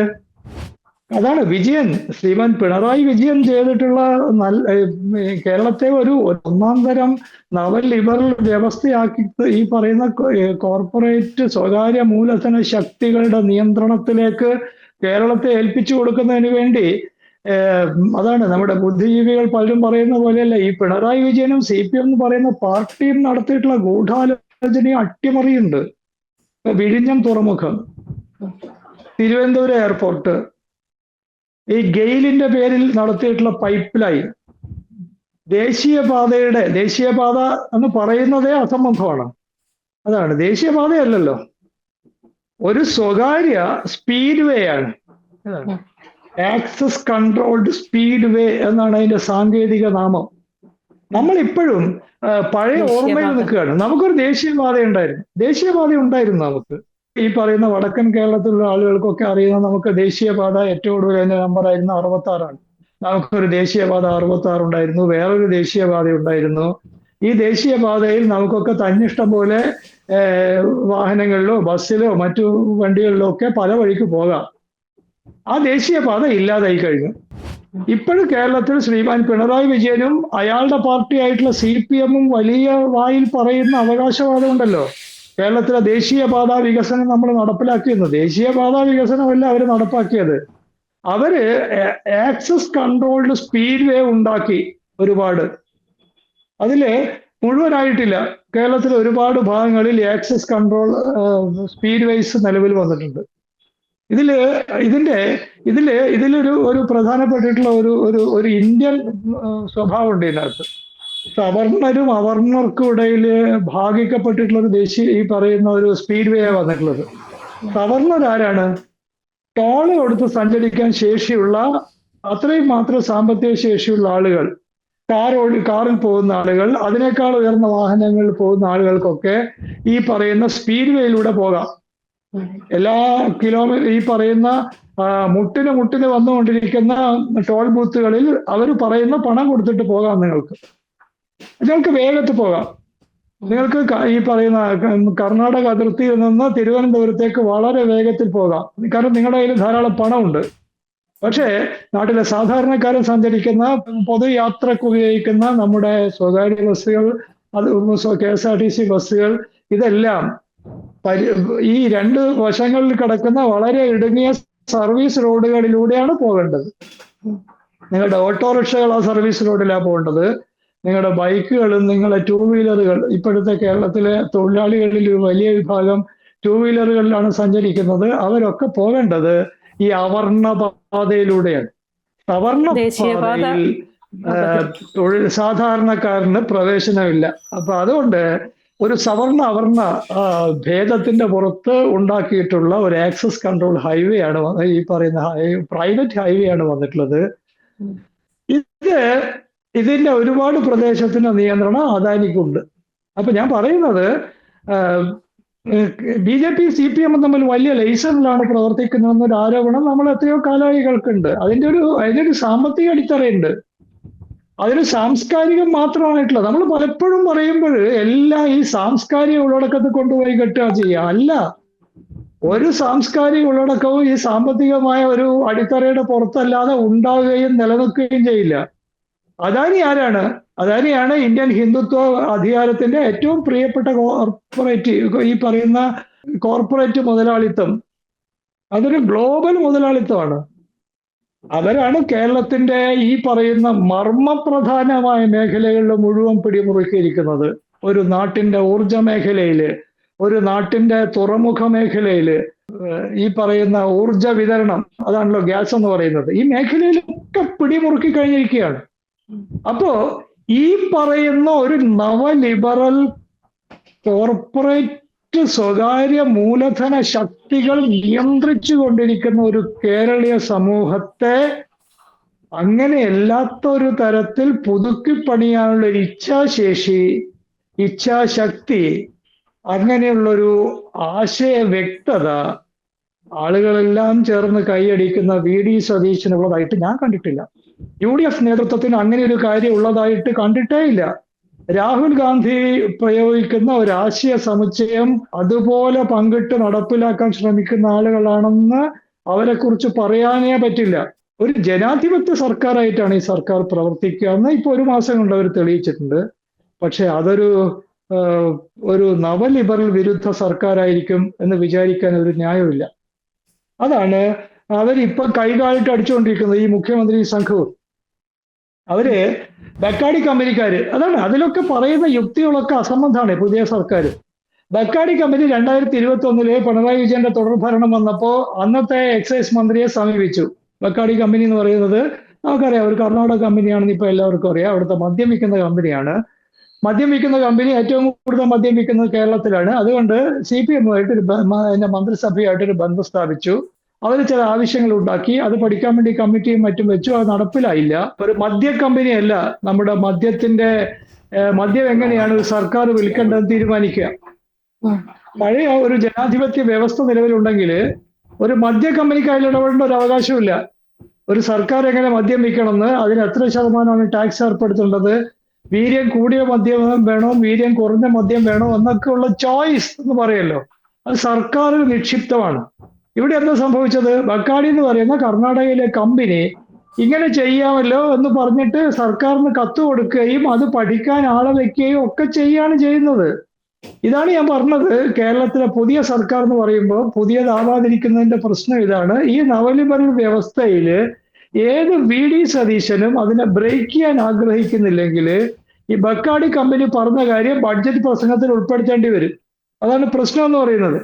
ബഡ്ജറ്റ് പ്രസംഗം തയ്യാറാക്കി, കാരണം ഈ പ്രസംഗങ്ങളൊക്കെ തയ്യാറാക്കുന്നത് VD സതീശനല്ലല്ലോ, തയ്യാറാക്കുന്ന അവിടുത്തെ ഉദ്യോഗസ്ഥന്മാരാണ്. ഉദ്യോഗസ്ഥന്മാരെ സംബന്ധിച്ചിടത്തോളം ഇതൊരു നവലിബറൽ വ്യവസ്ഥയാണെന്നറിയാം. ഇവിടെ ഈ കോർപ്പറേറ്റ് മൂലധനമാണ് ആത്യന്തികമായിട്ട് കാര്യങ്ങൾ. ബാക്കി രാഷ്ട്രീയക്കാരൊക്കെ വർത്തമാനം പലതും പറയും, പക്ഷെ കാര്യം തീരുമാനിക്കുക കോർപ്പറേറ്റ് മൂലധനമാണെന്ന് അവർക്കറിയാം. അതുകൊണ്ട് ബക്കാടി കമ്പനിയുടെ കത്ത് നിലവിലുള്ള സാഹചര്യത്തിൽ അതിനനുസരിച്ചുള്ള ഒരു ബഡ്ജറ്റ് പ്രസംഗമാണ് വരിക. അവിടെ കടന്നിട്ട് കൈകാലിട്ട് അടിക്കുകയാണ്. അദ്ദേഹത്തിന് വർത്തമാനം പറയാൻ നല്ല മിടുക്കുള്ളതുകൊണ്ട് പുതിയ മുഖ്യമന്ത്രി എന്ന് വെച്ചാൽ എന്റെ പല സുഹൃത്തുക്കളുടെ പോലെ വളരെ പ്രിയപ്പെട്ടവനായിട്ടുള്ള മുഖ്യമന്ത്രി കൈകാലിട്ട് അടിക്കുന്ന ദൃശ്യമാണ് ഞാൻ നിയമസഭയിൽ കണ്ടത്. കാരണം അദ്ദേഹം ഞാനൊരു നെഹ്റുവിയൻ ലെഫ്റ്റ് ആണെന്നാണ് പറയുന്നതെങ്കിലും പറയുന്നതിന്റെ ഉള്ളടക്കം എന്താണെന്ന് അദ്ദേഹത്തിന് മനസ്സിലായിട്ടില്ല. അതാണ് നിങ്ങൾക്ക് പുസ്തകം വായിച്ചിട്ട് ഞാനൊരു നെഹ്റുവിയൻ ലെഫ്റ്റ് ആണെന്ന് പറയാം. ഇടതുപക്ഷ പുസ്തകങ്ങളൊക്കെ ധാരാളം വായിച്ചിട്ട്. പക്ഷേ ഒരു നെഹ്റുവിയൻ ലെഫ്റ്റ് ആണെന്ന ഉത്തരവാദിത്വം ഏറ്റെടുക്കുമ്പോൾ എങ്ങനെയാണ് പെരുമാറേണ്ടത് എന്നൊരു ഭരണത്തിൽ എങ്ങനെയാണ് പെരുമാറേണ്ടത് എന്ന് പഠിച്ചിരിക്കണം നമ്മൾ. അങ്ങനെ മുഖ്യമന്ത്രിയാവാൻ പറ്റില്ല. അല്ലാതെ നാട്ടുകാർ മുഴുവൻ ഇങ്ങനെയാണ് മുഖ്യമന്ത്രി ആവേണ്ടത് എന്ന് പറഞ്ഞതുകൊണ്ട് മാത്രം ഒരാൾ മുഖ്യമന്ത്രി ആയാൽ പറ്റുന്ന അബദ്ധമാണിത്. സർക്കാർ ജീവനക്കാര് 2021-ന്റെയും 2016-ന്റെയും ഒക്കെ തുടർച്ചയായിട്ട് ഒരു ബഡ്ജറ്റ് പ്രസംഗം ഉണ്ടാക്കുമ്പോൾ അത് പോയി പ്രസംഗിക്കേണ്ടി വരുന്ന ഒരു ദയനീയ സാഹചര്യമാണ് കേരളത്തിലുള്ളത്. അപ്പൊ അതുകൊണ്ട് ഇതിനെയൊക്കെ മുറിച്ചു കടക്കുന്ന തരത്തിൽ ഈ വി ഡി സതീശൻ നേതൃത്വം നൽകുന്ന UDF സർക്കാർ വരുമോ എന്ന് എനിക്ക് അറിഞ്ഞുകൂടാ. പക്ഷെ അതിൽ എനിക്ക് തോന്നുന്നൊരു പ്രതീക്ഷ എന്ന് പറയുന്നത് കോൺഗ്രസിനകത്ത് പോലും ധാരാളമായിട്ടുള്ള എതിർപ്പ് വരുന്നുണ്ട്. അത് വലിയ കാര്യമാണ്. പഴയ ഈ പറയുന്ന പഴയ പ്രഭുവാഴ്ച, പിണറായി വിജയന്റെ പ്രഭുവാഴ്ച ഉണ്ടായിരുന്ന കേരളത്തിൽ ഒരു എതിർപ്പും പ്രശ്നമല്ല. അയാൾക്ക് ഒരു എതിർപ്പും അയാളെ ബാധിക്കുകയില്ല, അയാളെ പാർട്ടിയെ ബാധിക്കുകയില്ല. പക്ഷേ പുതിയ ഈ പറയുന്ന തെരഞ്ഞെടുപ്പിന് ശേഷം വന്നിട്ടുള്ള പുതിയ കേരളീയ സാഹചര്യത്തിൽ എതിർപ്പുകളെ പരിഗണിക്കാതെ ഒരു വി ഡി സതീശനും മുന്നോട്ട് പോകാൻ പറ്റില്ല. എന്ന് വെച്ചാൽ ജനാധിപത്യം എന്ന് പറയുന്ന ഒരു വ്യവസ്ഥ, ഒരു ഔപചാരിക ജനാധിപത്യം എന്നൊരു വ്യവസ്ഥ ഇപ്പോൾ പ്രവർത്തനക്ഷമമായിട്ടുണ്ട്. അതുകൊണ്ട് ഇതൊന്നും നടപ്പാക്കാൻ പറ്റില്ല എന്ന് ഉറച്ചു നിലപാടെടുക്കുന്ന ഒരു VM സുധീരന്റെ ശബ്ദം, അനേകം ആളുകളുടെ ശബ്ദം നമ്മൾ കേൾക്കുന്നുണ്ട്. അതിനോട് ഒരുപക്ഷെ ക്രിയാത്മകമായി പ്രതികരിക്കാൻ നിർബന്ധിതമായി തീരുന്ന ഒരു സർക്കാരായിരിക്കാം UDFന്റെ സർക്കാർ. അതുകൊണ്ട് കുറച്ചുകൂടി പ്രതീക്ഷാപൂർണമായിട്ട് കാര്യങ്ങൾ കാണണം. കാരണം എല്ലാം ഒരു ഡിക്റ്ററ്റോറിയൽ ആയിട്ടുള്ള ഏകാധിപത്യപരമായിട്ടുള്ള ഒരു വാശിയിൽ നടപ്പിലാക്കാൻ സാധിക്കുന്ന ഒരു അവസ്ഥ അല്ല ഇപ്പോഴത്തെ കേരളത്തിലുള്ളത്. പക്ഷേ ഈ വൈരുദ്ധ്യം നിലനിൽക്കുന്നുണ്ട്. ഒരു പൂർണ്ണമായിട്ട് ഒരു നവലിബറൽ വ്യവസ്ഥയുണ്ട്, അതിന്റെ ബ്യൂറോക്രസി ഉണ്ട്, അതിന്റെ സർവ്വ അധികാര ഘടനയുണ്ട്. അതിനെ ഭേദിച്ചിട്ട് ഒരു യഥാർത്ഥത്തിലുള്ള ഒരു സംസ്ഥാനത്തിന്റെ ഭാവി, ഒരു സംസ്ഥാനത്തിന്റെ വികസനം സംബന്ധിച്ചിട്ടുള്ള കാഴ്ചപ്പാടുകൾ, ഒരു സംസ്ഥാനത്തിന്റെ ക്ഷേമം സംബന്ധിച്ചിട്ടുള്ള കാഴ്ചപ്പാടുകളൊക്കെ കോർപ്പറേറ്റുകളും അവരുടെ ആശ്രിത വൃന്ദങ്ങളും ചേർന്നാണ് തീരുമാനിക്കേണ്ടത് എന്നൊരു സാഹചര്യമുണ്ട്. ഈ നിലനിൽക്കുന്ന സാഹചര്യത്തെ ഈ പറയുന്ന ഇപ്പൊ വന്നിരിക്കുന്ന 2026-ലെ UDFന്റെ സർക്കാരിന് മറികടക്കാൻ പറ്റിയാൽ കേരളീയ ജനാധിപത്യത്തിന് കുറച്ചുകൂടി പ്രതീക്ഷിക്കാൻ വകയുണ്ട് എന്നാണ് ഞാൻ വിചാരിക്കുന്നത്. അക്കാര്യത്തിൽ ഇപ്പോൾ നമുക്ക് തീർച്ചയായിട്ടും നേരത്തെ അംബിക പറഞ്ഞ പോലെ ഒരു വിധി പറയാനുള്ള ഒരു കാലമായിട്ടില്ല. കാരണം 1 മാസമേ മറ്റേ ആയിട്ടുള്ളൂ. പക്ഷെ ഇതിനകത്ത് ജനാധിപത്യപരമായ എതിർപ്പുകളുണ്ട്. എതിർപ്പുകളോട് ഈ സർക്കാർ എങ്ങനെയാണ്, അതിന്റെ മുഖ്യമന്ത്രി എങ്ങനെയാണ് പ്രതികരിച്ചിട്ട് മാറുന്നത്, അതാണ്. നിങ്ങളൊക്കെ പറഞ്ഞു എന്നുള്ളതല്ല, നിങ്ങളൊക്കെ വിമർശിച്ചോ, ഞാൻ എന്നെ പണിയെടുക്കും എന്ന ഉള്ളടക്കത്തിലാണെങ്കിൽ പിന്നെ ഒന്നും ചിന്തിക്കാനില്ല. പക്ഷേ നിങ്ങൾ പറയുന്ന വിമർശനം വളരെ കാതലായിട്ടുള്ള കാര്യമാണ്, അതിനനുസരിച്ച് ഞങ്ങൾ നയം മാറ്റും എന്നാണെങ്കിൽ കേരളത്തിന് കുറച്ചുകൂടി പ്രതീക്ഷിക്കാൻ, കേരളത്തിലെ പൊതുസമൂഹത്തിന് പ്രതീക്ഷിക്കാൻ വകയുണ്ടാവുമെന്നാണ് ഞാൻ വിചാരിക്കുന്നത്. ഇപ്പോ പുതിയ ഈ ഒരു മാസത്തിനിടയില് ഇപ്പൊ ഇന്നലെ ADFന്റെ അംബുജാക്ഷൻ സംസാരിക്കുകയുണ്ടായി. അപ്പോൾ അദ്ദേഹം പറഞ്ഞൊരു കാര്യം എന്താ വെച്ചാൽ, കഴിഞ്ഞ 10 വർഷമായിട്ട് ഞങ്ങൾക്കൊക്കെ നിരോധിത മേഖലയായിരുന്ന സെക്രട്ടേറിയറ്റിന്റെ പടിക്കലും അതുപോലെ നിയമസഭയുടെ അകത്തും അല്ലെങ്കിൽ ക്യാബിനറ്റ് മന്ത്രിമാരുടെ അടുത്തും ഒക്കെ പോവാൻ പറ്റുന്നൊരു സാഹചര്യം അദ്ദേഹത്തെ പോലുള്ള അംബേദ്കറേറ്റ് അല്ലെങ്കിൽ ദലിത് രാഷ്ട്രീയം ഉയർത്തിക്കൊണ്ടുവരുന്ന അവർക്ക് കഴിയുന്നു എന്നുള്ളത്. പിന്നെ മറ്റൊന്ന്, ഇപ്പോൾ നമുക്കറിയാം പുതിയ ഈ സർക്കാർ UAPA മാറ്റിവെച്ചിട്ടുള്ള പല കേസുകളിലും അത് സാധാരണ മജിസ്ട്രേറ്റ് കോടതിയിലേക്ക് മാറ്റിയിട്ടുണ്ടായിരുന്നു. UAPA നിയമത്തിൽ നിന്ന് അത് മാറ്റിയതിന്റെ അടിസ്ഥാനത്തിൽ സാധാരണ കോടതികളിലേക്ക് അത് മാറ്റിയിട്ടുണ്ട്. പക്ഷെ ഇപ്പൊ സാധാരണ കോടതികളിൽ അതിന്റെ നിയമ നടപടികൾ നിർത്തിവെക്കുകയും അത് വീണ്ടും ഹൈക്കോടതിയിലേക്ക് മാറ്റുകയും അത് UAPAയുടെ അണ്ടറിലേക്ക് കൊണ്ടുപോകുകയും ചെയ്യുന്ന 2-3 കേസുകൾ, അത്തരം കാര്യങ്ങൾ മുന്നോട്ട് നീങ്ങിയിട്ട്. അപ്പൊ അതിന്റെ അടിസ്ഥാനത്തിൽ ഈ കേസുകളിൽ ഉൾപ്പെട്ടിട്ടുള്ള പലരും, ഇപ്പോൾ അലനും താഹിയും ഇന്നലെ പോയിട്ട് ആഭ്യന്തരമന്ത്രി രമേശ് ചെന്നിത്തലയെ കാണാൻ കഴിഞ്ഞിട്ടുണ്ട്. അതുപോലെ ഈ ഞാൻ നേരത്തെ പറഞ്ഞ കേസുകളിൽ ഉൾപ്പെട്ടിട്ടുള്ള അനൂപ് മാത്യുവിനെ പോലെയുള്ള ആൾക്കാർക്ക് ആഭ്യന്തരമന്ത്രിയെ കാണാൻ കഴിഞ്ഞിട്ടുണ്ട്. അപ്പൊ അവർക്കൊക്കെ ഒരു സ്വാഭാവികമായിട്ടും നമ്മൾ വിചാരിക്കും, കഴിഞ്ഞ 10 വർഷമായിട്ട് പോകാൻ പറ്റാത്ത അവർക്കൊക്കെ ആഭ്യന്തരമന്ത്രി കാണാൻ കഴിയുന്നുണ്ട്, അല്ലെങ്കിൽ മറ്റു മന്ത്രിമാരെ മുഖ്യമന്ത്രി കാണാൻ കഴിയുന്നുണ്ട്. കാര്യങ്ങൾ അവനവന്റെ പ്രശ്നങ്ങൾ അവതരിപ്പിക്കാനൊക്കെ പറ്റുന്ന ഒരു മാറ്റം ഈ സർക്കാരിൽ കാണുന്നുണ്ട്. എങ്ങനെയാണ് എങ്ങനെയാണ് നമുക്ക് ഇതിനെ വിലയിരുത്താൻ കഴിയുക, അല്ലെങ്കിൽ അതിനെങ്ങനെ നമ്മൾ കാണാം? ഞാനെന്താ പറഞ്ഞത്, ഞാൻ നേരത്തെ ചോദ്യത്തിൽ പറഞ്ഞ കാര്യമാണ്. എന്ന് പറഞ്ഞാൽ ജനാധിപത്യത്തിന്റെ ഘടന മടങ്ങി വന്നിട്ടുണ്ട്. സെക്രട്ടേറിയറ്റ് ആളുകൾക്ക് പോകാൻ പറ്റുന്നുണ്ട്. സമര ഗേറ്റിന് മുമ്പിൽ സമരം ചെയ്യാൻ സാധിക്കുന്നുണ്ട്. മുഖ്യമന്ത്രി ഉൾപ്പെടെയുള്ള മന്ത്രിമാരെ നിങ്ങൾക്ക് ചെന്ന് കാണുക നിങ്ങളുടെ യഥാർത്ഥ പ്രശ്നം അവരോട് സംസാരിക്കാനുള്ള അവസരം ലഭിക്കുന്നുണ്ട്. അതിനോടൊക്കെ അവര് കൃത്യമായിട്ട് ഞാൻ പറയുന്നത് 2016 മുമ്പ് കേരളത്തിൽ ഉണ്ടായിരുന്ന മന്ത്രിസഭയിലെ മുഖ്യമന്ത്രിമാരും മന്ത്രിമാരും എങ്ങനെയാണോ ഈ പറയുന്ന തങ്ങളുടെ ജീവത്തായതെന്ന് ഓരോരാളും കരുതുന്ന പ്രശ്നം. ഇപ്പൊ UAPI കേസിൽ പെട്ടിട്ടുള്ള ഒരാളെ സംബന്ധിച്ച് അയാളുടെ ജീവത്തായ പ്രശ്നം ഒരു UAPI കേസിന്റെ അഭിമുഖീകരിക്കുന്ന കാര്യമാണ്. ഒരു ദളിത്, ഒരു അംബേദ്കറൈറ്റ് ആക്ടിവിസ്റ്റിനെ സംബന്ധിച്ചിടത്തോളം അദ്ദേഹത്തിന് സാമൂഹികമായിട്ടുള്ള അനവധി പ്രശ്നങ്ങളുണ്ട് കേരളത്തിൽ. ഇത്തരം ആളുകൾക്കൊക്കെ ഈ അധികാരത്തിന്റെ സ്ഥലത്ത് ചെല്ലാനും സംസാരിക്കാനും അവരുടെ ആവശ്യങ്ങൾ ധരിപ്പിക്കാനും അതിനോട് പോസിറ്റീവായി പ്രതികരിക്കുന്ന മന്ത്രിമാരുടെയും മുഖ്യമന്ത്രിമാരുടെയും ഒരു സംഘത്തെ കാണുകയും ചെയ്യുക എന്ന് വന്നാൽ, അതാണ് ഇപ്പോ ഈ മദ്യത്തിന്റെ കാര്യത്തിൽ തന്നെ ഇത്രയൊക്കെ ഈ VD സതീശന്റെ ബഡ്ജറ്റ് പ്രസംഗത്തിന് ശേഷം ഞാൻ കാണുന്ന ഏറ്റവും സന്തോഷകരമായിട്ടുള്ളൊരു കാര്യം, അത് അടിച്ചേൽപ്പിക്കുന്ന ഒരു അവസ്ഥ ഉണ്ടായില്ല. അതിനെതിരായിട്ട് കോൺഗ്രസ് പാർട്ടിക്കകത്തുനിന്നും UDFന്റെ അകത്തു നിന്നും സമൂഹത്തിനകത്തു നിന്നും ഒരുപക്ഷെ മതസംഘടനകൾക്കകത്തു നിന്നും ഈ പറയുന്ന മദ്യവർജന സംഘങ്ങൾക്കകത്തു നിന്നും ഒക്കെ വലിയ എതിർപ്പുകൾ ഉണ്ടാകുകയും ആ എതിർപ്പുകൾ തുറന്ന് ചർച്ച ചെയ്യപ്പെടുകയും ചെയ്യുന്ന ഒരു അവസ്ഥ കേരളത്തിൽ ഉണ്ടായിട്ടുണ്ട്. എന്ന് പറഞ്ഞാൽ അതാണ് ഞാൻ പറഞ്ഞത്, ഈ മന്ത്രിസഭ മുതൽ താഴോട്ട് ഈ സിവിൽ സൊസൈറ്റി വരെയുള്ള സ്ഥലങ്ങളിൽ അല്ലെങ്കിൽ സെക്രട്ടേറിയറ്റിൽ അതിന്റെ പുറത്ത് ഇവിടെയെല്ലാം ജനാധിപത്യത്തിന്റെ 2016 മുമ്പുണ്ടായിരുന്ന ഒരു അടിസ്ഥാന ഘടന മടങ്ങി വന്നിട്ടുണ്ട്. അത് വളരെ പ്രധാനപ്പെട്ട വളരെ പ്രസക്തമായിട്ടുള്ള കാര്യമാണ്.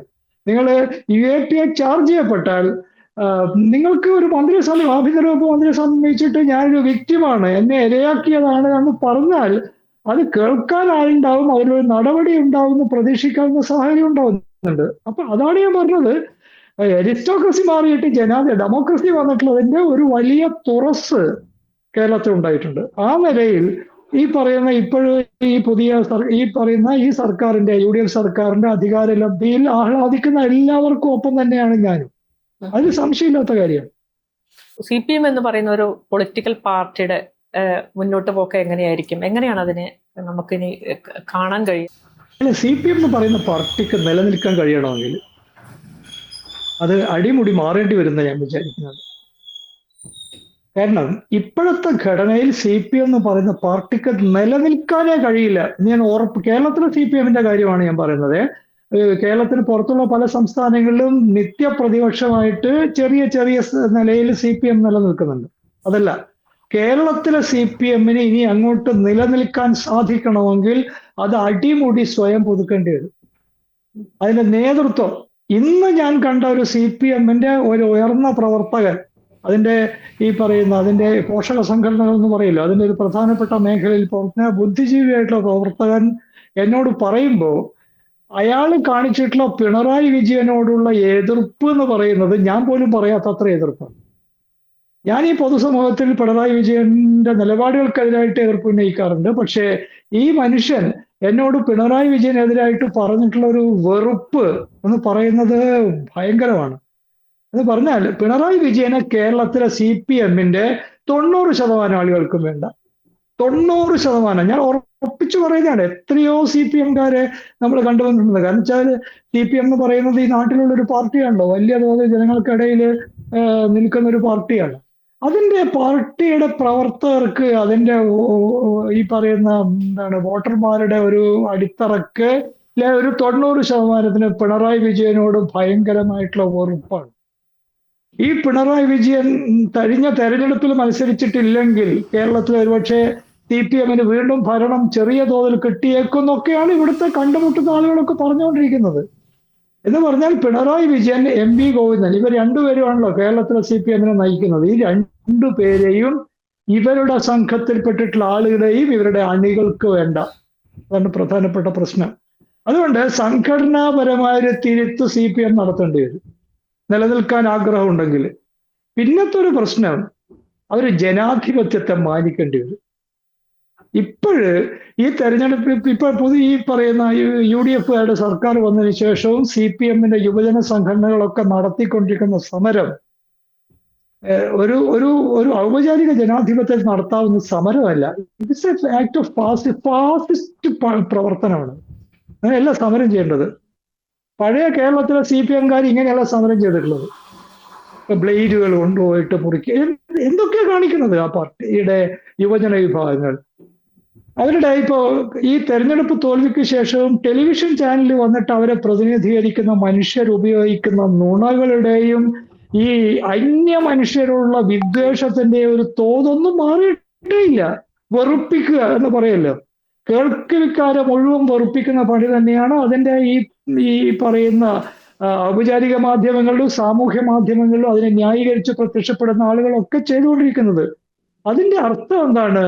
അവര് ഈ ജനാധിപത്യ ഒരു സമൂഹത്തിൽ പ്രവർത്തിക്കുമ്പോൾ ഒരു കമ്മ്യൂണിസ്റ്റ് എന്നൊക്കെ അവകാശപ്പെടുന്ന രാഷ്ട്രീയ കക്ഷി തന്നെ സ്വീകരിക്കേണ്ട ജനാധിപത്യ ഘടനയോടുള്ള ഒരു പോസിറ്റീവായ ഒരു സമീപനം ആന്തരവൽക്കരിക്കേണ്ടതാണ്. കാരണം അവർ സായുധ സമരത്തിൽ വിശ്വസിക്കുന്ന പാർട്ടിയാണെങ്കിൽ ഞാനത് പറയില്ല. ഒരു സായുധ സമരത്തിൽ വിശ്വസിക്കുന്ന ഒരു കമ്മ്യൂണിസ്റ്റ് പാർട്ടിക്ക് എന്ത് അവർക്ക് യുക്തമെന്ന് തോന്നുന്ന, അവരുടെ സമരം മുന്നോട്ട് കൊണ്ടുപോകാൻ യുക്തമെന്ന് തോന്നുന്ന എന്തു കാര്യവും ചെയ്യാം. പക്ഷെ തെരഞ്ഞെടുപ്പിൽ മത്സരിക്കുന്ന ഒരു പാർലമെന്ററി പാർട്ടി ആയിട്ടുള്ള CPM, തെരഞ്ഞെടുപ്പിൽ മത്സരിച്ച് വോട്ട് വാങ്ങിച്ച് ജയിക്കാൻ ആഗ്രഹിക്കുന്ന CPM ആണ് ഇപ്പൊ നിലവിൽ കേരളത്തിൽ ഉള്ളത് എങ്കിൽ അവര് ഈ ജനാധിപത്യ സ്വഭാവം ആന്തരവൽക്കരിക്കണം. പ്രത്യേകിച്ചും അതിന്റെ യുവജന സംഘടനകൾ, അതിന്റെ ബുദ്ധിജീവികൾ, അതിന്റെ പ്രസിദ്ധീകരണങ്ങൾ, ഇതൊക്കെ അടിയന്തരമായിട്ടും ആന്തരവൽക്കരിക്കണം. അല്ലെങ്കിൽ അവര് നശിക്കുകയും തകരുകയും ചെയ്യുമെന്നുള്ള കാര്യം ആർക്കും വേണ്ട എന്ന് വന്നാൽ ഈ പറയുന്നത് എന്താണ് എന്ന് ചോദ്യം പൊതുസമൂഹത്തിൽ നിന്നും തങ്ങളുടെ അണികളിൽ നിന്നും ഭൂരിപക്ഷത്തിനും ഉണ്ടാകുമ്പോൾ പിന്നെ അങ്ങനെ ഒരു പാർട്ടി സാധാരണ നമുക്കറിയാം. ഇപ്പൊ ശാസ്ത്രീയമായിട്ട് നമ്മൾ വാദിക്കുകയാണെങ്കിൽ ഒരു പാർട്ടി എത്ര കാലമാണ് ഒരു സമൂഹത്തെ നിലനിൽക്കുക? അത് നിരന്തരമായിട്ട് സമൂഹത്തിൽ ലെജിറ്റിമൈസ് ചെയ്യപ്പെട്ടുകൊണ്ടേയിരിക്കണം. അത് സമൂഹത്തിൽ നിരന്തരമായൊരു സാധൂകരണ പ്രക്രിയയിലൂടെ മുന്നോട്ട് പോകണം. സാമൂഹികമായിട്ടുള്ളൊരു സാധൂകരണം ഉണ്ടാകണം. ഒരു ലെജിറ്റിമൈസേഷൻ പ്രോസസ് എന്നാ പറയുക, അതുണ്ടാവണം. എല്ലാ ദിവസവും ആളുകൾ കാണുന്നു, നേതാക്കൾ കാണുന്നു, അവര് കൃത്യമായിട്ടുള്ള പ്രതിപക്ഷം എന്നുള്ളതെല്ലാം ഒരു പോസിറ്റീവായ കാര്യങ്ങളാണ് പറയുന്നതെന്ന് തോന്നുക. അവർക്ക് ജനാധിപത്യ ബോധമുണ്ടെന്ന് തോന്നുക. അവര് പ്രതിപക്ഷം എന്നുള്ള നിലയിൽ കേരളത്തിലെ മുഴുവൻ മനുഷ്യരെയുമാണ് പ്രതിനിധീകരിച്ച് സംസാരിക്കുന്നതെന്ന് തോന്നുക. ഇങ്ങനെയൊക്കെ ഒരു തോന്നല് നമുക്കറിയാലോ. VD സതീശൻ കഴിഞ്ഞ പ്രതിപക്ഷ നേതാവായിട്ട് അതിനു മുമ്പിൽ രമേശ് ചെന്നിത്തലയൊക്കെ ഉണ്ടാക്കിയത് കൊണ്ടാണ് അവർക്ക് തിരിച്ചു വരാൻ പറ്റിയത്. ഈ നിലയിലുള്ള സമൂഹ മധ്യത്തിലുള്ള ഒരു സാധൂകരണ പ്രക്രിയയിലൂടെ ഈ പാർട്ടി കടന്നു പോകുന്നില്ലെങ്കിൽ ആ പാർട്ടി തകർന്നു പോവുക ചെയ്യാം. ഒരു സംശയമില്ല എനിക്ക്. ബംഗാളിലും ത്രിപുരയിലും ഒക്കെ അതാ സംഭവിച്ചത്. ഒരു സ്കെലിറ്റൽ ഓർഗനൈസേഷൻ നിലനിന്നിട്ട് CPM-ന് എന്താ ഗുണം? ബംഗാളിൽ ഒരു സ്കെലിറ്റൽ നിലവിലുണ്ട്. ട്രേഡ് യൂണിയൻ സംഘടനകളുടെ കുറെ ഉണ്ട്, സർക്കാർ ജീവനക്കാരുടെയും ബാങ്കുകാരുടെയും ഒരു സംഘടനയും മെമ്പർഷിപ്പ് ഒക്കെ ഉണ്ട്. അതുകൊണ്ട് ആ പാർട്ടിക്ക് ഗുണം. ത്രിപുരയിലും ഉണ്ട്.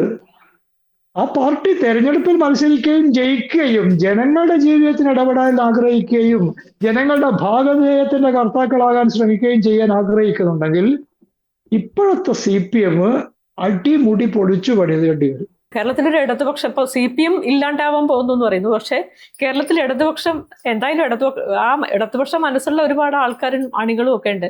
കേരളത്തിലെ ഇടതുപക്ഷത്തിന്റെ ഭാവി എന്തായിരിക്കും? കേരളത്തിലെ ഇടതുപക്ഷം ഒരു രാഷ്ട്രീയ പാർട്ടി അല്ലാതെ തന്നെ നിലനിൽക്കുന്നതാണ് ഞാൻ വിചാരിക്കുന്നത്. അതിന് ഏറ്റവും വലിയ തെളിവായിട്ട് ഈ തെരഞ്ഞെടുപ്പിനെ ഞാൻ കാണുന്നത്.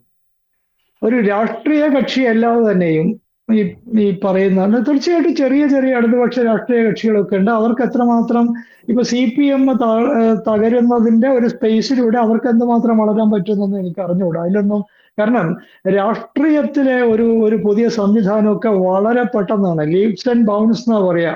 ആഴ്ച ഒഴിച്ച് വളരുമൊന്നുമല്ല ചെയ്യുക. വളരെ പെട്ടെന്നാണ് രാഷ്ട്രീയത്തിലെ പരിവർത്തനങ്ങളൊക്കെ ഉണ്ടാകുക. അപ്പൊ അതുകൊണ്ട് CPM തകരുകയാണെങ്കിൽ അതിന്റെ സ്ഥാനം വേറൊരു സംവിധാനം കൈയേൽക്കുമെന്നൊന്നും എനിക്ക് അറിഞ്ഞുകൂടാ. അതൊക്കെ കാലം നിശ്ചയിക്കേണ്ട കാര്യമാണ്. പക്ഷേ ഈ ഇടത് മനസ്സ് എന്ന് പറയുന്ന ഒരു കാര്യം, ഇടത് രാഷ്ട്രീയ അഭിരുചി എന്ന് പറയുന്ന ഒരു കാര്യം, അതിനോടുള്ള കമ്മിറ്റ്മെന്റ് എന്ന് പറയുന്ന ഒരു കാര്യം കേരളത്തിൽ നിന്ന് ഒഴിഞ്ഞു പോകുമെന്ന് കരുതുന്നേ ഇല്ല. അങ്ങനെയാണെങ്കിൽ VD സതീശൻ നമുക്കറിയാലോ. VD സതീശൻ വലിയ ജനപ്രിയതയുടെ ഒരു വേവിന്റെ പുറത്താണ് മുഖ്യമന്ത്രിയായത്. നമുക്കറിയാലോ, നമുക്കെല്ലാവർക്കും അറിയാവുന്ന ഒരു കാര്യമാണ്. ജനപ്രിയതയുടെ ഒരറ്റത്ത് ഈ പറയുന്ന സാധാരണക്കാർ മുതൽ മറ്റേ അറ്റത്ത് വലിയ ബുദ്ധിജീവികൾ വരെയുള്ള ആളുകളുടെ, അതും പഴയ പ്രസിദ്ധരായിട്ടുള്ള ഇടതുപക്ഷക്കാർ വരെയുള്ള ബുദ്ധിജീവികളുടെ ഒരു വലിയ വേവ് ഉണ്ടാക്കിയിട്ടാണ് അദ്ദേഹം ഈ മുഖ്യമന്ത്രി പദത്തിലെത്തിയത്. പക്ഷെ അദ്ദേഹത്തിനെതിരായിട്ട് വലിയ എതിർപ്പുകൾ ഉണ്ടായി. ഈ പറയുന്ന അദ്ദേഹത്തിന്റെ നിലപാട് മാറുമ്പോൾ എതിർപ്പുകൾ വരുന്നു, ഭരണത്തിന്റെ ഉള്ളടക്കം മാറുമ്പോൾ എതിർപ്പുണ്ടാകുന്നു. അപ്പൊ അതുകൊണ്ട് ഒരു ഇടതുപക്ഷ രാഷ്ട്രീയ അഭിരുചിയും അതിന്റെ ഒരു ഉന്മുഖത്വവും അതിന്റെ ഒരു ഉറപ്പും കേരളത്തിലുണ്ട്. അത് നിൽക്കും എന്ന് തന്നെയാണ് ഞാൻ കരുതുന്നത്. കാരണം അത് നമ്മുടെ നവോത്ഥാനാനന്തര കേരളത്തിന്റെ ഒരു വലിയ എന്താ പറയുക, നമ്മുടെ ഒരു പാരമ്പര്യം എന്നൊക്കെ പറയുന്ന ഒരു ചീത്ത വാക്കാണ്. പാരമ്പര്യം എന്ന് പറയാൻ ഞാൻ ഇഷ്ടപ്പെടാത്ത ഒരാളാണ്. നമ്മുടെ എന്താ പറയുക, നമ്മുടെ ഒരു ജീനിന്റെ ഭാഗമാണ്. നമ്മള് അങ്ങനെ ആയിരിക്കണം. മലയാളിയുടെ ഒരു എന്നാണല്ലോ, മലയാളി അങ്ങനെ ഒരുപക്ഷെ ശ്രീനാരായണനും അതിനു മുമ്പും അതിന് ശേഷവും ഒക്കെയുള്ള നമ്മുടെ സാമൂഹ്യ ചലനങ്ങളുണ്ട്. ഏറ്റവും ഒടുവിൽ നമ്മുടെ ഇപ്പൊ 70-കളിലെ 60-കളുടെ ഒടുവിൽ 70-കളിലുണ്ടായ ഈ നക്സലൈറ്റ് പ്രസ്ഥാനം, വോയിസ് മൂവ്മെന്റ് പൊളിറ്റിക്കൽ മൂവ്മെന്റ് ആണല്ലോ. അങ്ങനെ ഒരുപാട് പിന്നീട് വന്നിട്ടുള്ള നമ്മുടെ ഈ ജനകീയ സാംസ്കാരിക വേദി, നമുക്ക് നാട്ടിലെ എല്ലാ രക്തസാക്ഷികളുടെയും പേരറിയാം. അവരെ എല്ലാം നമ്മൾ ബഹുമാനിക്കുകയും ആദരിക്കുകയും ചെയ്യും. പക്ഷെ വർഗീസിന്റെ രക്തസാക്ഷിത്വം അതാണ് അതിന്റെ വർഗീസിന്റെ രക്തസാക്ഷിത്വത്തിന്റെ പ്രാധാന്യമൊന്നും പഴയ കാലത്ത് കുറെ കാലം മുമ്പ് നമ്മൾ മനസ്സിലാക്കിയിട്ടേ ഇല്ല. വർഗീസ് ഒരു മോശക്കാരനായാലും അയാൾ അതുകൊണ്ട് പോലീസ് അങ്ങനെയൊക്കെ ഉള്ള ഒരു ലഘുവായ കാര്യമായിട്ടാണ് നമ്മൾ. പക്ഷെ ഇന്നിപ്പോ നമ്മൾ തിരിഞ്ഞു നോക്കുമ്പോൾ കേരളത്തിന് ഈ ഒരു ഇടതുപക്ഷ മനസ്സുണ്ടായി തീരുന്നതിൽ വർഗീസിന്റെ രക്തസാക്ഷിത്വമൊക്കെ എത്ര മഹത്തായ പങ്കാണ് വഹിച്ചത് നമുക്ക് കാണാൻ കഴിയും. അപ്പൊ അങ്ങനെ ഉണ്ടായി തീർന്നിട്ടില്ല. ഇങ്ങനെ നമ്മളെ പിടിച്ചുലച്ച അനേകം പ്രക്രിയകളിലൂടെ വി.എസ്. അച്യുതാനന്ദൻ നമുക്കറിയാം. വി.എസ്. അച്യുതാനന്ദന്റെ ഒരു പിൽക്കാലം ഉണ്ടല്ലോ, അദ്ദേഹത്തിന്റെ ഒരു അവസാനത്തെ കുറെ കാലം ആ മനുഷ്യൻ കേരളത്തെ ഏത് നിലയിലാണ് എന്ന് വെച്ചാൽ വയോവൃദ്ധനായ ഒരാൾ. ആ മനുഷ്യനാണ് ഏറ്റവും പുതിയ എക്കോളജിക്കൽ ആയിട്ടുള്ള പാരിസ്ഥിതികമായിട്ടുള്ള നിലപാടുകൾ അവതരിപ്പിച്ചു. കന്യാകുമാരിയിൽ വന്നിട്ടുള്ള ഈ ആണവോർജം എന്തുമാത്രം സ്വീകാര്യമാണ്, എങ്ങനെയാണ് നമ്മൾ ആണവോർജത്തെ ഒരു ഊർജ സ്രോതസ്സായിട്ട് ഉപയോഗിക്കുന്നതിനെ സംബന്ധിച്ചുള്ള പ്രധാനപ്പെട്ട ഒരു ഡിസെൻഡറായിട്ട് കേരളത്തിൽ പ്രത്യക്ഷപ്പെട്ടു. കേരളത്തിലെ വിനിയോഗം, അതിൽ തന്നെ നമ്മുടെ മുമ്പ് കഴിഞ്ഞുപോയ ഭൂപരിഷ്കരണത്തിന്റെ പരിമിതികൾ, നമ്മുടെ തോട്ട മേഖലയിലൊക്കെ തൊഴിൽ ചെയ്യുന്ന തൊഴിലാളികൾ ഇത്ര വൈകിയ കാലത്ത് പോലും അനുഭവിച്ചുകൊണ്ടിരിക്കുന്ന കൊടിയ ചൂഷണം, നമ്മൾ വളരെ സാക്ഷരവും മറ്റും മറിച്ചതുമായിട്ടുള്ള സമൂഹമായിരിക്കുമ്പോഴും നമ്മുടെ സ്ത്രീ ജനത നേരിട്ടുകൊണ്ടിരിക്കുന്ന ഭീകരമായിട്ടുള്ള വിവേചനത്തിന്റെയും അടിച്ചമർത്തലുകളുടെയും പ്രശ്നങ്ങൾ, ഇതൊക്കെ വി.എസ്. അച്യുതാനന്ദൻ കൊണ്ടുവന്നു. വയോവൃദ്ധനായ ഒരു മനുഷ്യൻ. അതാണ് ആ കാര്യത്തിൽ അദ്ദേഹത്തോടൊപ്പം കേരളത്തിലെ സിവിൽ സൊസൈറ്റി ആക്ടിവിസ്റ്റുകളൊക്കെ അതെന്ന് നമ്മുടെ സിവിൽ സൊസൈറ്റി ആക്ടിവിസത്തിന്റെ ഒക്കെ ഒരു നടുനായകത്വം വഹിച്ചിട്ടാണ് വി.എസ്. വരുന്നത്. അദ്ദേഹത്തിന്റെ പാർട്ടിയുടെ നിലപാടുകളെ തള്ളിക്കളഞ്ഞിട്ട്. അപ്പൊ ഇങ്ങനെയൊക്കെയുള്ള പരിണാമങ്ങളിലൂടെയാണ് നമ്മുടെ മലയാളി സമൂഹം, ഇതൊരു പക്ഷെ മറ്റൊരു സംസ്ഥാനത്തും ഉണ്ടായിട്ടില്ലാത്ത തരത്തിൽ ഇങ്ങനെ ഇത്ര വൈകിയ കാലത്ത് നവലിബറൽ വ്യവസ്ഥയൊക്കെ ഇത്രയും സാർവദേശീയമായി കരുത്താർജിച്ച ഒരു കാലത്താണ് മുഖ്യധാരയിലെ രാഷ്ട്രീയത്തിന്റെ ഒരു വലിയ നേതാവായിരുന്ന വി.എസ്. അച്യുതാനന്ദൻ വന്നിട്ട് ഇത്രയൊക്കെ നിലപാടുകൾ സ്വീകരിക്കുന്നത്. ഏറ്റവും ഒടുവിലത്തെ സംഗതിയായിട്ടുള്ള നമ്മുടെ ഐ ടി മേഖലയുടെയൊക്കെ ഉപയോഗത്തെക്കുറിച്ച് കൃത്യതയുള്ള ഇടതുപക്ഷ കാഴ്ചപ്പാടുകൾ അദ്ദേഹം അവതരിപ്പിച്ചു. അതിനാവശ്യമായിട്ടുള്ള ആളുകളെയൊക്കെ അദ്ദേഹം കൂടെ ചേർത്തു. അപ്പൊ ഇങ്ങനെ ഞാൻ പറയുന്നത്, ഇങ്ങനെയൊക്കെയുള്ള അനേകം നമ്മുടെ പഴയ നവോത്ഥാനം, ശ്രീനാരായണ ഗുരു, അതിനു മുമ്പുള്ള ആളുകള്, ശ്രീനാരായണ ഗുരുവിന്റെ സമകാലികമായിട്ടുള്ള അയ്യങ്കാളിയെ പോലുള്ള ആളുകള്, നമുക്ക് ഒരു ലിസ്റ്റ് വെച്ച് പറയാൻ പറ്റാത്തത്രയും ആളുകളാണ് ഇവരൊക്കെ. പിന്നീട് വന്നിട്ടുള്ള ആദ്യഘട്ടത്തിലെ കർഷക സമര പോരാളികള്, ദേശീയ സ്വാതന്ത്ര്യ സമരത്തിന്റെ വക്താക്കള്, ദേശീയ സ്വാതന്ത്ര്യ സമര പോരാളികള്, ഇപ്പോ നമുക്ക് വളരെ ചെറിയ വയസ്സിൽ മരിച്ചു പോയിട്ടുള്ള മുഹമ്മദ് അബ്ദുറഹ്മാൻ. അതാണ് അബ്ദുറഹ്മാൻ സാഹിബൊക്കെ ചെറിയ ജീവിതത്തിൽ എന്തുമാത്രമാണ് കേരളീയ സമൂഹത്തിന് കോൺട്രിബ്യൂട്ട് ചെയ്തിട്ടുള്ളത്. അങ്ങനെ ഒരുപാട് നമുക്ക് പേര് പറയുമ്പോൾ വിട്ടുപോയാൽ ആളുകൾ വിചാരിക്കും ഇയാൾക്ക് എന്തോ വിരോധം കൊണ്ടാണെന്ന് തോന്നിയത്. അതുകൊണ്ട് എല്ലാ പേരൊന്നും ഞാൻ പറയുന്നില്ല. പിന്നെ ഈ പറയുന്ന അവിഭക്ത communist party, CPM, Achutha Menon, സർക്കാരുകൾ, ഈ പറയുന്ന നക്സലൈറ്റ് വിപ്ലവകാരികൾ, വർഗീസ്, ജനകീയ സാംസ്കാരിക വേദി, ഇടതുപക്ഷത്ത് നിലനിർപ്പിച്ച് എഴുതിയിരുന്ന എഴുത്തുകാര്, ദേശാഭിമാനി സ്റ്റഡി സർക്കിള്, ഇങ്ങനെ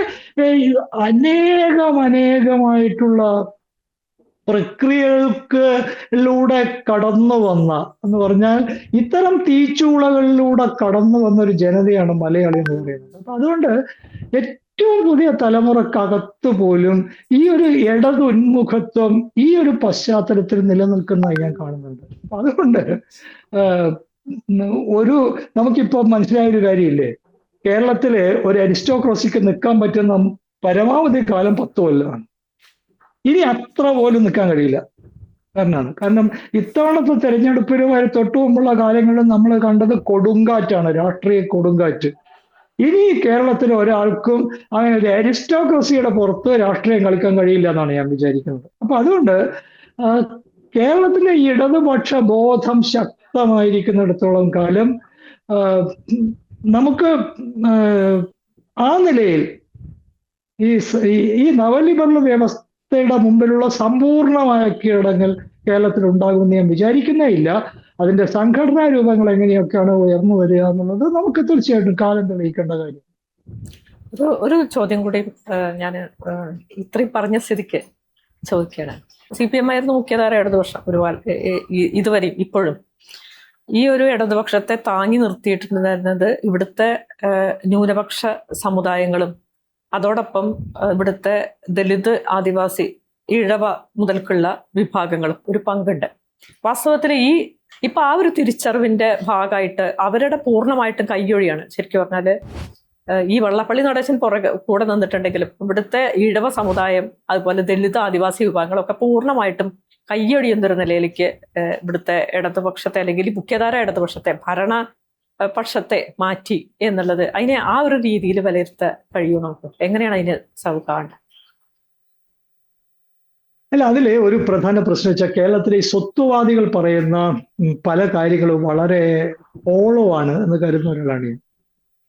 കേരളത്തിന്റെ ഈ സ്വത്വത്തിന്റെ വിവിധ ഘടകങ്ങൾ, അതാണ് നേരത്തെ അംബിക പറഞ്ഞ കാര്യം. ഈ വിവിധ ഘടകങ്ങൾ ഓരോരോ മോണോലിത്തുകളായിട്ട് നിൽക്കുന്നേ ഇല്ല കേരളത്തിൽ.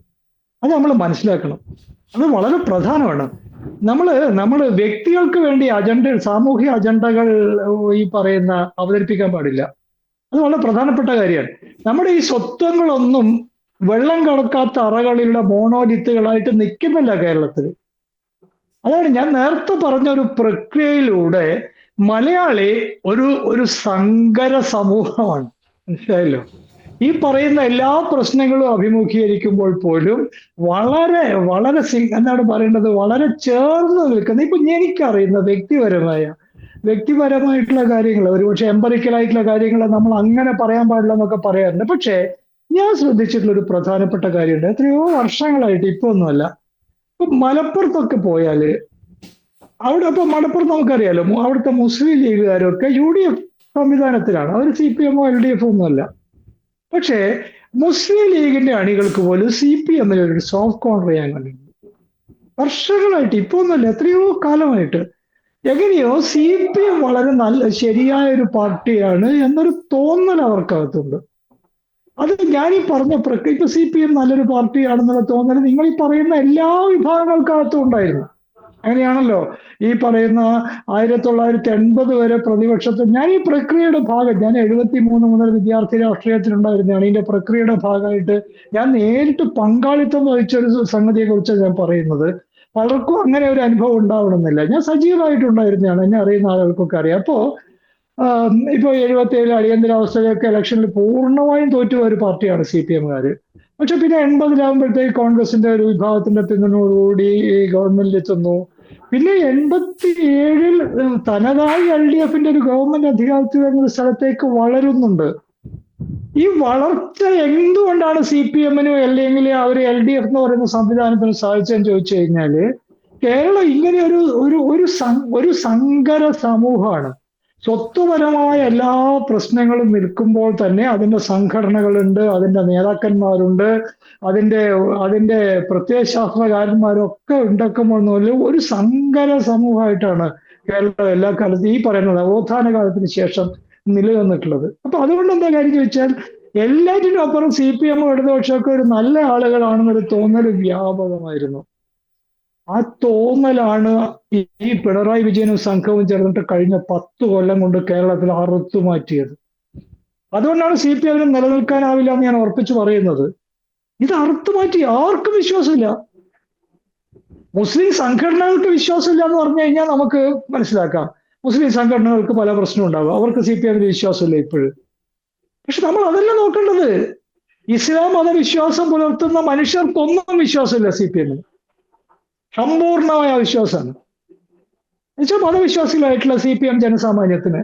ഇനിയിപ്പോ ക്രിസ്തീയ മതവിശ്വാസത്തിന്റെ കാര്യം എടുത്തു കഴിഞ്ഞാല്, ദളിത് സ്വത്വബോധം സൂക്ഷിക്കുന്ന ആളുകളുടെ കാര്യം എടുത്തു കഴിഞ്ഞാല്, ആദിവാസി വിഭാഗങ്ങളുടെ, വയനാട്ടിലെ കാര്യം ഇലക്ഷൻ റിസൾട്ട് നമ്മൾ കണ്ടതല്ലേ, ആദിവാസി വിഭാഗങ്ങളുടെ കാര്യം എടുത്തു കഴിഞ്ഞാല്, ഞാൻ അതാണ് പറഞ്ഞത്, പഴയ കാലത്തെ മനുഷ്യര് വലിയ ത്യാഗങ്ങളിലൂടെ ഉണ്ടാക്കിയെടുത്തിട്ടുള്ള CPM ഇടതുപക്ഷമൊക്കെ എന്തൊക്കെ പറഞ്ഞാലും നമ്മൾ ലീഗാണ്, ലീഗിന് വോട്ട് ചെയ്യുന്നതാണ്, അല്ലെങ്കിൽ നമ്മൾ ദളിത് ആക്ടിവിസ്റ്റുകളാണ്, പക്ഷെ നമുക്ക് കോൺഗ്രസിനോടാണ് സ്നേഹം എന്നതൊക്കെ പറയുന്നതിനപ്പുറം ഒരു CPM-നോട് കാണിച്ചിട്ടുള്ള ഒരു സോഫ്റ്റ് കോർണർ എന്ന് പറഞ്ഞാൽ അതൊരു നല്ല സംവിധാനമാണ് എന്നൊരു തോന്നൽ അറുത്തുമാറ്റി എന്നുള്ളതാണ് പിണറായി വിജയൻ ചെയ്തിട്ടുള്ള എല്ലാ കാലത്തെയും വലിയ തിന്മ. അതിനുവേണ്ടി അയാൾ എന്തൊക്കെയാ ചെയ്തത്? വെള്ളാപ്പള്ളി നടേശനെയൊക്കെ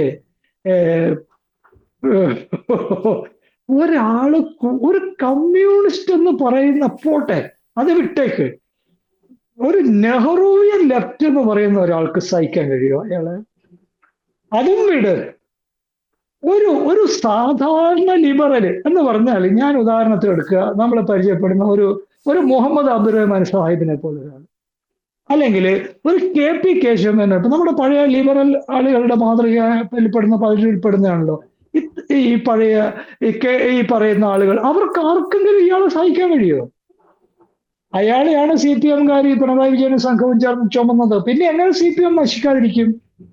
അപ്പൊ അതുകൊണ്ട് ഇത് ഈ പറയുന്ന ഒരു ഷിഫ്റ്റ് വരികയാണ് കേരളത്തിൽ. അതാണ് ഞാൻ പറഞ്ഞത്, CPM നശിച്ചു പോകുന്നത്. ഷിഫ്റ്റ് എന്താ വന്നിരിക്കുന്നത്? ഈ പുതിയ, പ്രത്യേകിച്ച് പോസ്റ്റ് രാഹുൽ ഗാന്ധി പീരിയഡിലാണ് ഇപ്പൊ കോൺഗ്രസ് ഉള്ളത്. അത് വളരെ പ്രധാനപ്പെട്ട ഒരു കാര്യമാണ് ഞാൻ പറയുന്നത്. ഈ പോസ്റ്റ് രാഹുൽ ഗാന്ധി രാഹുൽ ഗാന്ധി ഈ കോൺഗ്രസിന്റെ ഒരു ദർശനം രൂപപ്പെടുത്തിക്കൊണ്ടിരിക്കുന്ന ഒരു കാലത്ത് അതിന് ഇടതുപക്ഷത്തിന് വലിയ തോതിലുള്ള ഒരു തരത്തിലുള്ള ഒരു ആശയപരമായ ഒരു മുൻതൂക്കം അതിനകത്ത് നമ്മൾ കാണുന്നുണ്ട്. അത് അവതരിപ്പിക്കുന്ന അനേക കാഴ്ചപ്പാടുകൾ. ഇപ്പൊ സ്ത്രീകൾ സർക്കാർ വാഹനങ്ങളിൽ സൗജന്യമായി സഞ്ചരിക്കണം എന്നുള്ളത്, അതിന് CPM നേരിട്ടൊക്കെ അശ്ലീലാണ്. സ്ത്രീകള് സൗജന്യമായിട്ട് സർക്കാരിന്റെ പൊതു യാത്രാ വാഹനങ്ങളിൽ സഞ്ചരിക്കണമെന്ന് പറയുന്നത് KSRTC തകർക്കുന്നാണ് അവന്മാര് പറഞ്ഞത്. അങ്ങനെ ഒരു കമ്മ്യൂണിസ്റ്റുകാരെ പറയാൻ പറ്റുമോ? എന്തുകൊണ്ട് സ്ത്രീ എന്ന ചോദ്യമുണ്ട്. ദരിദ്ര പുരുഷന്മാർക്ക് ഈ സൗകര്യം കിട്ടേണ്ടതാണ്, പക്ഷെ എന്തുകൊണ്ട് ആദ്യം സ്ത്രീ എന്നതിന് ഒരു ഇടതുപക്ഷക്കാരന് മറുപടി ഉണ്ട്. ഉറപ്പാണ് അയാൾക്കത്. ആദ്യം സ്ത്രീകളാണ്.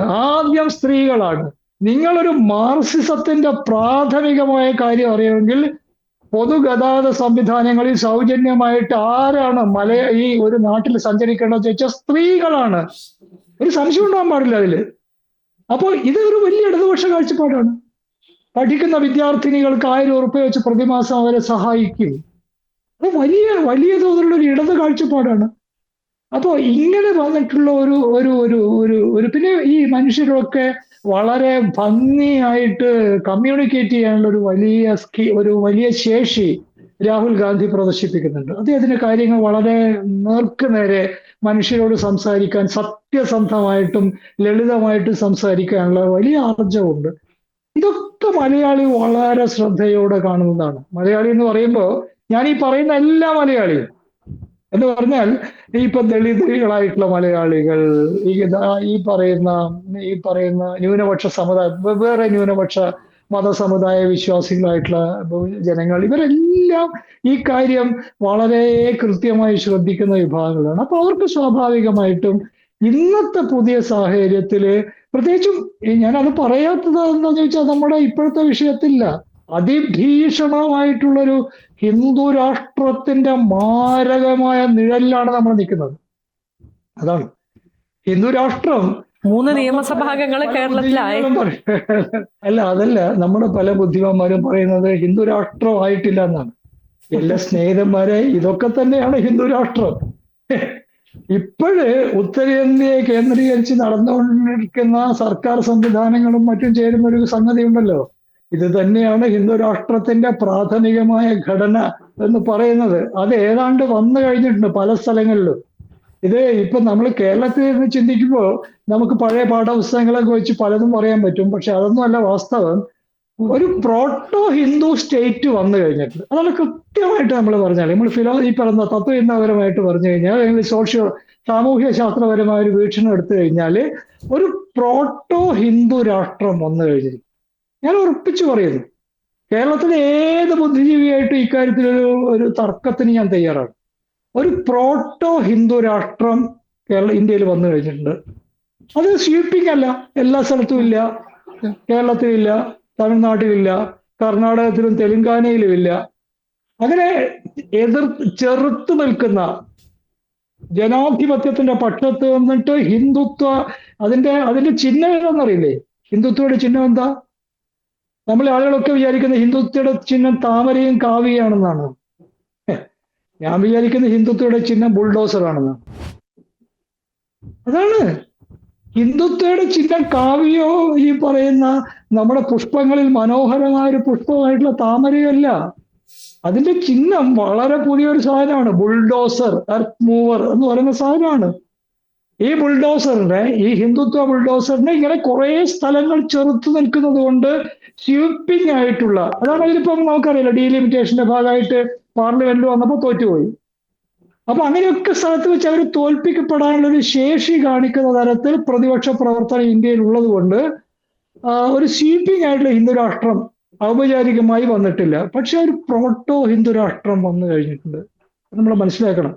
അങ്ങനെ ഒരു സാഹചര്യത്തിൽ കേരളത്തിലെ നേരത്തെ അംബിക ചൂണ്ടിക്കാണിച്ചിട്ടുള്ള മനുഷ്യർക്കെല്ലാം അത് സംബന്ധിച്ചിട്ടുള്ള വൈകാരികമായിട്ടെങ്കിലും ഉള്ളൊരു തോന്നലുണ്ട് അവർക്ക്. അതിന്റെ ഏറ്റവും പ്രധാനപ്പെട്ട ഒരു തെളിവായിട്ടാണ് നമ്മൾ ഈ SIR കാണേണ്ടെന്ന് കരുതുന്ന ഒരാളാണ് ഞാൻ. കാരണം SIR കുറിച്ച് പറയുന്ന ആളുകളൊക്കെ ഉപയോഗിക്കുന്ന വാക്ക്, ഇലക്ഷൻ കമ്മീഷൻ പോലും ഉപയോഗിക്കുന്ന വാക്ക് ശുദ്ധീകരണം എന്നാണ്. ക്ലൻസിങ് എന്ന ഇംഗ്ലീഷ് പദമാണ് ഉപയോഗിക്കുന്നത്. ക്ലാസിക്കൽ ഫാസിസം അതിന് ചെറിയ വിയോജിപ്പേ അവർക്കുണ്ടായിരുന്നു. എത്തനിക് ക്ലൻസിങ് എന്നാണ് അവർ പറഞ്ഞു തന്നത്. അവരുപയോഗിച്ചിരുന്ന പ്രധാനപ്പെട്ട അവരുടെ ഒരു താക്കോൽ വാക്യം എത്തനിക് ക്ലൻസിങ് എന്നുള്ളതാണ്. അപ്പൊ അതുകൊണ്ട് ഇപ്പോഴൊരു ക്ലൻസിങ് നമ്മുടെ വോട്ടർ പട്ടികയിൽ നടക്കുന്നുണ്ട്. ആ ക്ലൻസിങ്ങിന്റെ, ആ ശുദ്ധീകരണത്തിന്റെ ഭാഗമായിട്ട് പുറന്തള്ളപ്പെടുന്ന ജനവിഭാഗങ്ങൾ ആരാണെന്ന് അന്വേഷിച്ചു കഴിഞ്ഞാൽ ഇതിന്റെ രഹസ്യം മനസ്സിലാവും. ഏറ്റവും ഒടുവില് ഇങ്ങനെയൊക്കെയുള്ള പല കുൽസിത തന്ത്രങ്ങളിലൂടെ ഇന്ത്യൻ രാഷ്ട്രീയത്തിന്റെ ഏറ്റവും പ്രധാനപ്പെട്ട ഹൃദയഭൂമിയായിട്ട് ചരിത്രപരമായിട്ട് നിൽക്കുന്ന ബംഗാളിനെ കൂടി അവർ കയ്യിലെടുത്തിട്ടുണ്ട്. 5 വർഷം കഴിഞ്ഞ് ഒരുപക്ഷെ ഇന്ത്യക്കാർ കാണുന്ന ബംഗാൾ എന്തായിരിക്കും, പശ്ചിമ ബംഗാൾ എന്തായിരിക്കും എന്ന കാര്യം നമുക്ക് ഊഹിക്കാവുന്നതേ ഉള്ളൂ. അപ്പൊ ഈ നിലയിൽ ഒരു ഹിന്ദു രാഷ്ട്രം നിലവിൽ വന്നിരിക്കുന്ന നമ്മുടെ സാഹചര്യത്തില് കേരളത്തിലെ ജനാധിപത്യത്തെ, അതിന്റെ ജനാധിപത്യപരമായ എതിർപ്പുകളെ, അതിന്റെ പോരാട്ട വീര്യത്തെയൊക്കെ വളരെ ശക്തമായി സംരക്ഷിക്കുക എന്നുള്ളത് വളരെ പ്രധാനപ്പെട്ട കാര്യമാണ്. അപ്പൊ അതിനകത്ത് എനിക്ക് കൂട്ടിച്ചേർക്കാനുള്ള, ഞാൻ കാണുന്ന ഒരു കാഴ്ചപ്പാടില് അതിനകത്ത് ഒരുപാട് സ്വത്വ കാഴ്ചപ്പാടുകൾ കലർത്താതിരിക്കുന്നതാവും നന്നാവുക എന്നാണ് ഞാൻ കരുതുന്നത്. നമ്മളൊരു സങ്കര സമൂഹമായി കഴിഞ്ഞിട്ടുണ്ട് മലയാളി.